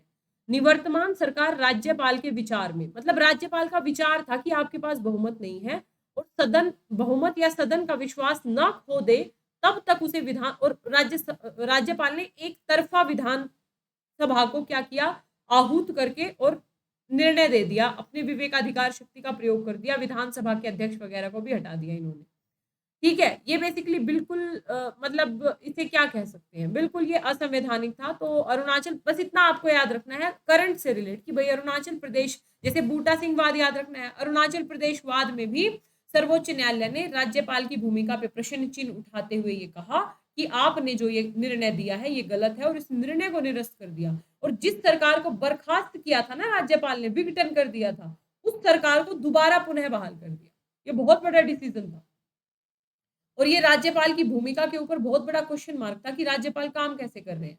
तो इतनी बात समझ में आई। तो आपको बस एग्जाम्पल याद रखने हैं, बूटा सिंह वाद हो गया, अरुणाचल प्रदेश में न्यायालय ने राज्यपाल की भूमिका पर प्रश्न चिन्ह लगाया और सरकार को पुनः बहाल कर दिया। ठीक है, अगला आया उत्तराखंड विवाद। बहुत ज्यादा डिटेल में नहीं जानी, और ज्यादा डिटेल में देखना है तो गूगल पे देख लेना, क्योंकि फिर डिटेल में अगर हम यहाँ पे एक एक चीज के डिटेल में जाने लगे तो बहुत लंबा खिंच जाएगा, है ना। बस एग्जाम्पल्स याद रखने हैं। राज्य के अस्थिर राजनीतिक घटनाक्रम को ध्यान में रखते हुए राज्यपाल द्वारा राष्ट्रपति, इसमें क्या किया गया था उत्तराखंड में, राजनीतिक अस्थिर राजनीतिक घटनाक्रम को देखते हुए राज्यपाल ने ना राष्ट्रपति शासन लगाए जाने की सिफारिश कर दी थी। तत्कालीन मुख्यमंत्री जो भी थे, नाम नहीं लेना है, तत्कालीन मुख्यमंत्री को सदन में बहुमत सिद्ध करने के लिए 28 मार्च तक का, मतलब एक समय दिया गया, एक तिथि दी गई, लेकिन इसके एक दिन पहले ही राज्यपाल द्वारा रिपोर्ट के आधार पर राष्ट्रपति ने राज्य में राष्ट्रपति शासन लगाने की अनुमति दे दी। मतलब अस्थिर राजनीतिक घटनाक्रम, पहली बात तो इनको कहा कि बहुमत सिद्ध करो, ठीक है जी, बहुमत सिद्ध करो आप इस तारीख तक, और राज्यपाल ने राष्ट्रपति के लिए रिपोर्ट भेज दी थी राष्ट्रपति शासन लगाने के लिए। तो जिस दिन बहुमत सिद्ध होना था उससे एक दिन पहले ही राष्ट्रपति ने क्या किया, राज्य में राष्ट्रपति शासन लगाने की अनुमति दे दी, लगा दिया राष्ट्रपति शासन। ये हुआ यहाँ पे उत्तराखंड में। सर्वोच्च न्यायालय के पास मुद्दा गया कि देखो भाई, पहली बात तो संवैधानिक तंत्र विफल नहीं हुआ है, क्यों राष्ट्रपति शासन लगा दिया।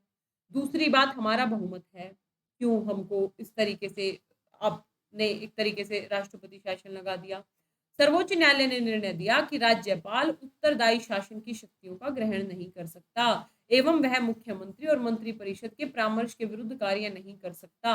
यानी राज्यपाल, जहां पे राज्यपाल को परामर्श से काम करना है, उन क्षेत्रों में परामर्श के बिना काम नहीं कर सकता।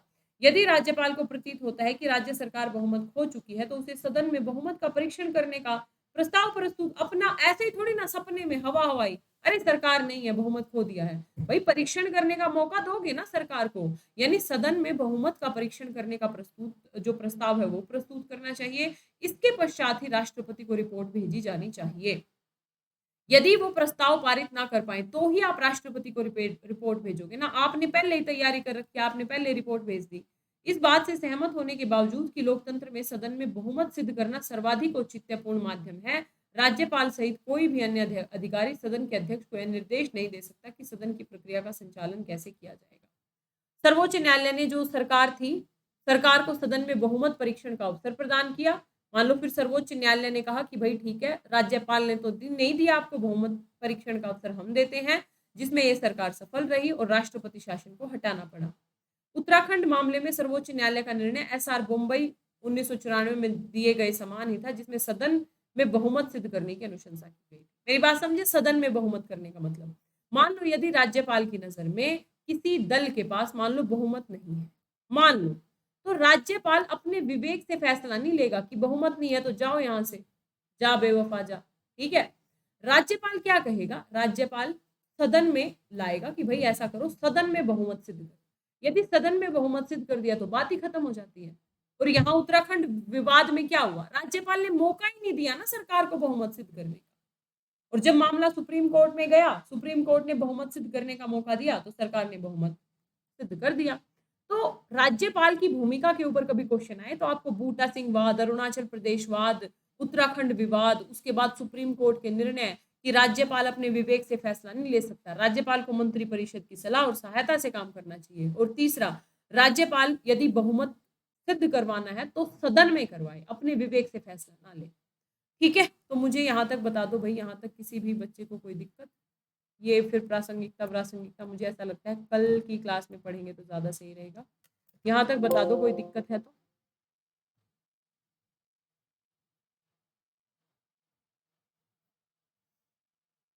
कोई दिक्कत नहीं है, क्लियर है? ठीक है, तो ये एग्ज़ाम्पल ज़रूर याद रखना, ये करंट के एग्ज़ाम्पल्स हैं, आप यूज़ करोगे इनका तो बहुत इससे इम्पैक्टफुल होते हैं, बहुत फ़र्क पड़ता है। एक बार ये 2-4 मिनट कर ही लेते हैं क्योंकि इसमें आपको समस्या नहीं आएगी ताकि हम कल अलग नया टॉपिक शुरू कर दें। देखो जैसे संवैधानिक स्थिति जो राज्यपाल की थी, जैसे मैं जल्दी-जल्दी निकलूँगी यहाँ से, डाउट नहीं होना चाहिए। भारतीय संविधान में केंद्र के समान ही राज्यों में भी संसदीय शासन है। संसदीय शासन मतलब क्या? राष्ट्रपति के समान राज्यपाल सत्र पर राज्य सॉरी राज्य सत्र पर राज्य सत्र नहीं सत्तर सर पर राज्यपाल अपनी शक्ति और कार्यों का निर्वहन मुख्यमंत्री की अध्यक्षता वाली मंत्रिपरिषद की सलाह और सहायता से करता है। कुछ मामलों को छोड़ के जिनमें वो अपने विवेक से काम कर सकता है। यानी संसदीय शासन का मतलब क्या कि भाई एक नाम मात्र और एक वास्तविक, बस वही बातें चीजें याद रखनी है। राज्यपाल नाम मात्र का कार्यकारी प्रमुख है, वास्तविक कार्य प्रमुख सीएम है। हालांकि राज्यपाल कुछ विवेकाधीन शक्ति और परिस्थिति जन्य विवेकाधीन शक्तियों के माध्यम से भी काम करता है। संवैधानिक रूप से राज्यपाल किसका प्रमुख होता है? राज्य का प्रमुख। दो चीजें होती है ना, राज्य का प्रमुख है राज्यपाल और सरकार का प्रमुख है सीएम। यानी संवैधानिक तौर पे जो राज्यपाल है वो राज्य का प्रमुख होता है, लेकिन व्यवहारिक रूप से वह केंद्र के एजेंट के तौर पे काम करता है। इस दृष्टिकोण से राज्य प्रशासन के संदर्भ में राज्यपाल की भूमिका वास्तविक प्रमुख के विपरीत नाम मात्र प्रमुख के रूप में अधिक, यानी राज्यपाल की भूमिका क्या है? नाम मात्र की है, वही चीजें। आदर्श रूप में राज्यपाल की परिकल्पना केंद्र, और यदि आदर्श रूप में देखें तो राज्यपाल की परिकल्पना केंद्र और राज्य के बीच सहकारी संघवाद की कड़ी के रूप में की गई थी। वही सहकारी संघवाद को बढ़ाएगा राज्यपाल, केंद्र और राज्य के बीच में कड़ी के तौर पे काम करेगा। वहीं राज्य स्तर पे राष्ट्रीय परिप्रेक्ष्य प्रस्तुत कर सकता है तथा राज्य से संबंधित मुद्दे केंद्र के समक्ष ला सकता है। यानी दोनों के बीच में कड़ी का काम, यानी इनकी संवैधानिक स्थिति यदि आप देखोगे तो वही सारी चीजें आएंगी कि संसदीय प्रणाली है, ये नाम मात्र के हैं, मुख्यमंत्री वास्तविक है, ये मुख्यमंत्री और मंत्रिपरिषद की सलाह और सहायता से काम करते हैं, है ना। और यदि आदर्श तौर पे परिकल्पना की जाए तो ये केंद्र और राज्य के बीच में कड़ी का काम करते हैं, परंतु व्यवहार में यह सौदेबाजी संघवाद का पद बन गया, अर्थात एक ऐसा तंत्र जिसके माध्यम से केंद्र द्वारा राज्यों से सौदेबाजी की जाती है। यानी व्यवहार में यदि हम देखें तो राज्यपाल का पद सौदेबाजी संघवाद का पद बन गया, अर्थात एक ऐसा तंत्र जिसके माध्यम से केंद्र द्वारा राज्यों से सौदेबाजी की जाती है। छोड़ो इस बात को। राज्यपाल के पद 1967 तक, अर्थात केंद्र राज्यों में एक ही दल की स्थिति, जब एक ही दल की सरकार थी हर जगह, केंद्र में भी एक ही दल, राज्य में भी, तो बढ़िया से काम करेगा, तो वहां पे सहयोगात्मक संघवाद को बढ़ावा दिया। हालांकि बाद में इस पद का बार बार राजनीति से प्रेरित होकर दुरुपयोग किया गया। कुछ विशेषज्ञ इसे संविधान के सर्वाधिक दुरुपयोग पद के रूप में मानते हैं। समझ में आया? ये कंसेप्ट पता होना चाहिए कि भाई 1967 तक जब केंद्र और राज्य में एक ही दल की सरकार थी, तो जो राज्यपाल था वो कहीं ना कहीं सहयोगात्मक संघवाद को बढ़ावा देने का काम कर रहा था। वो केंद्र और राज्य के बीच में कड़ी के तौर पे काम कर रहा था, दोनों को जोड़ने का काम कर रहा था। लेकिन जब से अलग अलग सरकारों का अस्तित्व आया तो तब से राजनीति से प्रेरित होके इस पद का प्रयोग किया जाने लगा, और कई लोगों के अनुसार, कई विशेषज्ञ इसे संविधान में सबसे ज्यादा दुरुपयोग पद के रूप में जानते हैं। फिर त्रिशंकु विधानसभा में मुख्यमंत्री की नियुक्ति, यहाँ से अब हम कल पढ़ेंगे राज्यपाल की प्रासंगिकता। कल हम पढ़ लेंगे राज्यपाल की प्रासंगिकता, मुख्यमंत्री, मंत्रिपरिषद, महाधिवक्ता, और इसमें मैं कुछ और 2-3 टॉपिक और ऐड कर दूंगी। इसमें और क्या ऐड कर सकते हैं हम? देखो हमारा राज्यपाल हो गया, राष्ट्रपति हो गया, राज्यपाल हो गया। अब मैं प्रधानमंत्री और मुख्यमंत्री, कुछ कुछ मुख्यमंत्री तो इसी में कंप्लीट हो जाएगा। प्रधानमंत्री और मुख्यमंत्री को एक जगह करवा देती हूँ, है ना। ये मेरे ख्याल से 1-1.5 दिन में हो जाएगा, है ना, थोड़ा समय बच ही जाएगा एक दिन में। तो जब प्रधानमंत्री और मुख्यमंत्री हो जाएंगे उसके बाद फिर हम संसद और विधानमंडल पे आ जाएंगे।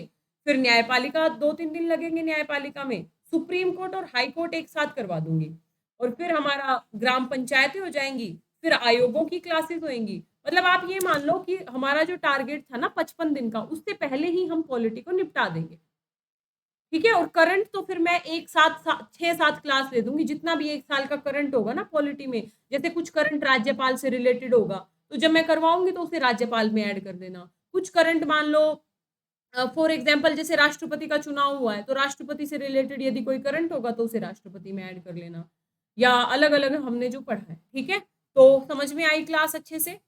टेलीग्राम पे क्या बोल रहे हो, स्क्रीनशॉट भेज दीजिए। भेज दिया है क्वेश्चन का? भेज दिया है ना? अरे शैलेश इस मामले में बड़ा एक्टिव रहता है ये। मैम कॉन्स्टिट्यूशनल डेवलपमेंट संवैधानिक विकास सबसे लास्ट में करेंगे भाई। संवैधानिक विकास में कुछ नहीं है, वो मैंने ना अभी पीटी से पहले भी सबसे लास्ट में ही करवाया था। याद रखना, पढ़ने का ना एक तरीका होना चाहिए। आप लोगों की गलती क्या होती है ना, मतलब मेरे को भी ये लगता है, इंटरेस्टिंग तरीके, जैसे अभी मैं आप लोगों को हिस्ट्री शुरू करवाने वाली हूँ यूट्यूब पे, तो यूट्यूब पे जब मैं हिस्ट्री शुरू करवाऊंगी ना, यदि मैं शुरू से शुरू करवा दूं, माथा पकड़ के बैठ जाओगे। इंटरेस्टिंग एरियाज को पहले ढूंढो, इंटरेस्टिंग, फिर किसी दिन बोरिंग टॉपिक ले लिया, फिर इंटरेस्टिंग ले लिया। ऐसे बीच बीच में बोरिंग टॉपिक पढ़ लोगे ना, पता भी नहीं लगेगा, कवर हो जाएंगे। लेकिन बोरिंग से ही शुरुआत कर दोगे ना, तो फिर दिक्कत आएगी। संवैधानिक विकास 2 दिन का काम है, 2 दिन, लास्ट के 2 दिन हम संवैधानिक विकास पढ़ लेंगे। मैम करंट से रिलेटेड क्वेश्चन का आंसर नहीं लिख पाते हैं। करंट से रिलेटेड क्वेश्चन का आंसर इसलिए नहीं लिख पाते हो क्योंकि करंट अकेले में करंट नहीं होता, उसके साथ स्टैटिक पोर्शन भी जुड़ा हुआ होता है ना। और जब तक स्टैटिक कवर नहीं होएगा ना मौर्य, तब तक बच्चे आप करंट वाला नहीं, मतलब खाली करंट से तो क्वेश्चन बनता नहीं है, एक आध एरियाज को छोड़ दे तो। ज्यादातर करंट के टॉपिक होते हैं स्टैटिक से जुड़े हुए। जब तक आपका स्टैटिक कवर नहीं है, तब तक आप करंट को भी बेहतर कवर नहीं कर पाएंगे मेरे हिसाब से, है ना। तो बाकी स्वस्थ रहिए यार। कविता क्या बोल, टेलीग्राम में ऐड कर दीजिए, कविता कविता। अच्छा ठीक है बच्चे, मुझे एक बार मैसेज कर देना, मैं आपको ऐड कर दूंगी, ठीक है। स्वस्थ रहो, मस्त रहो, जय हिंद, जय भारत, ऑल द बेस्ट।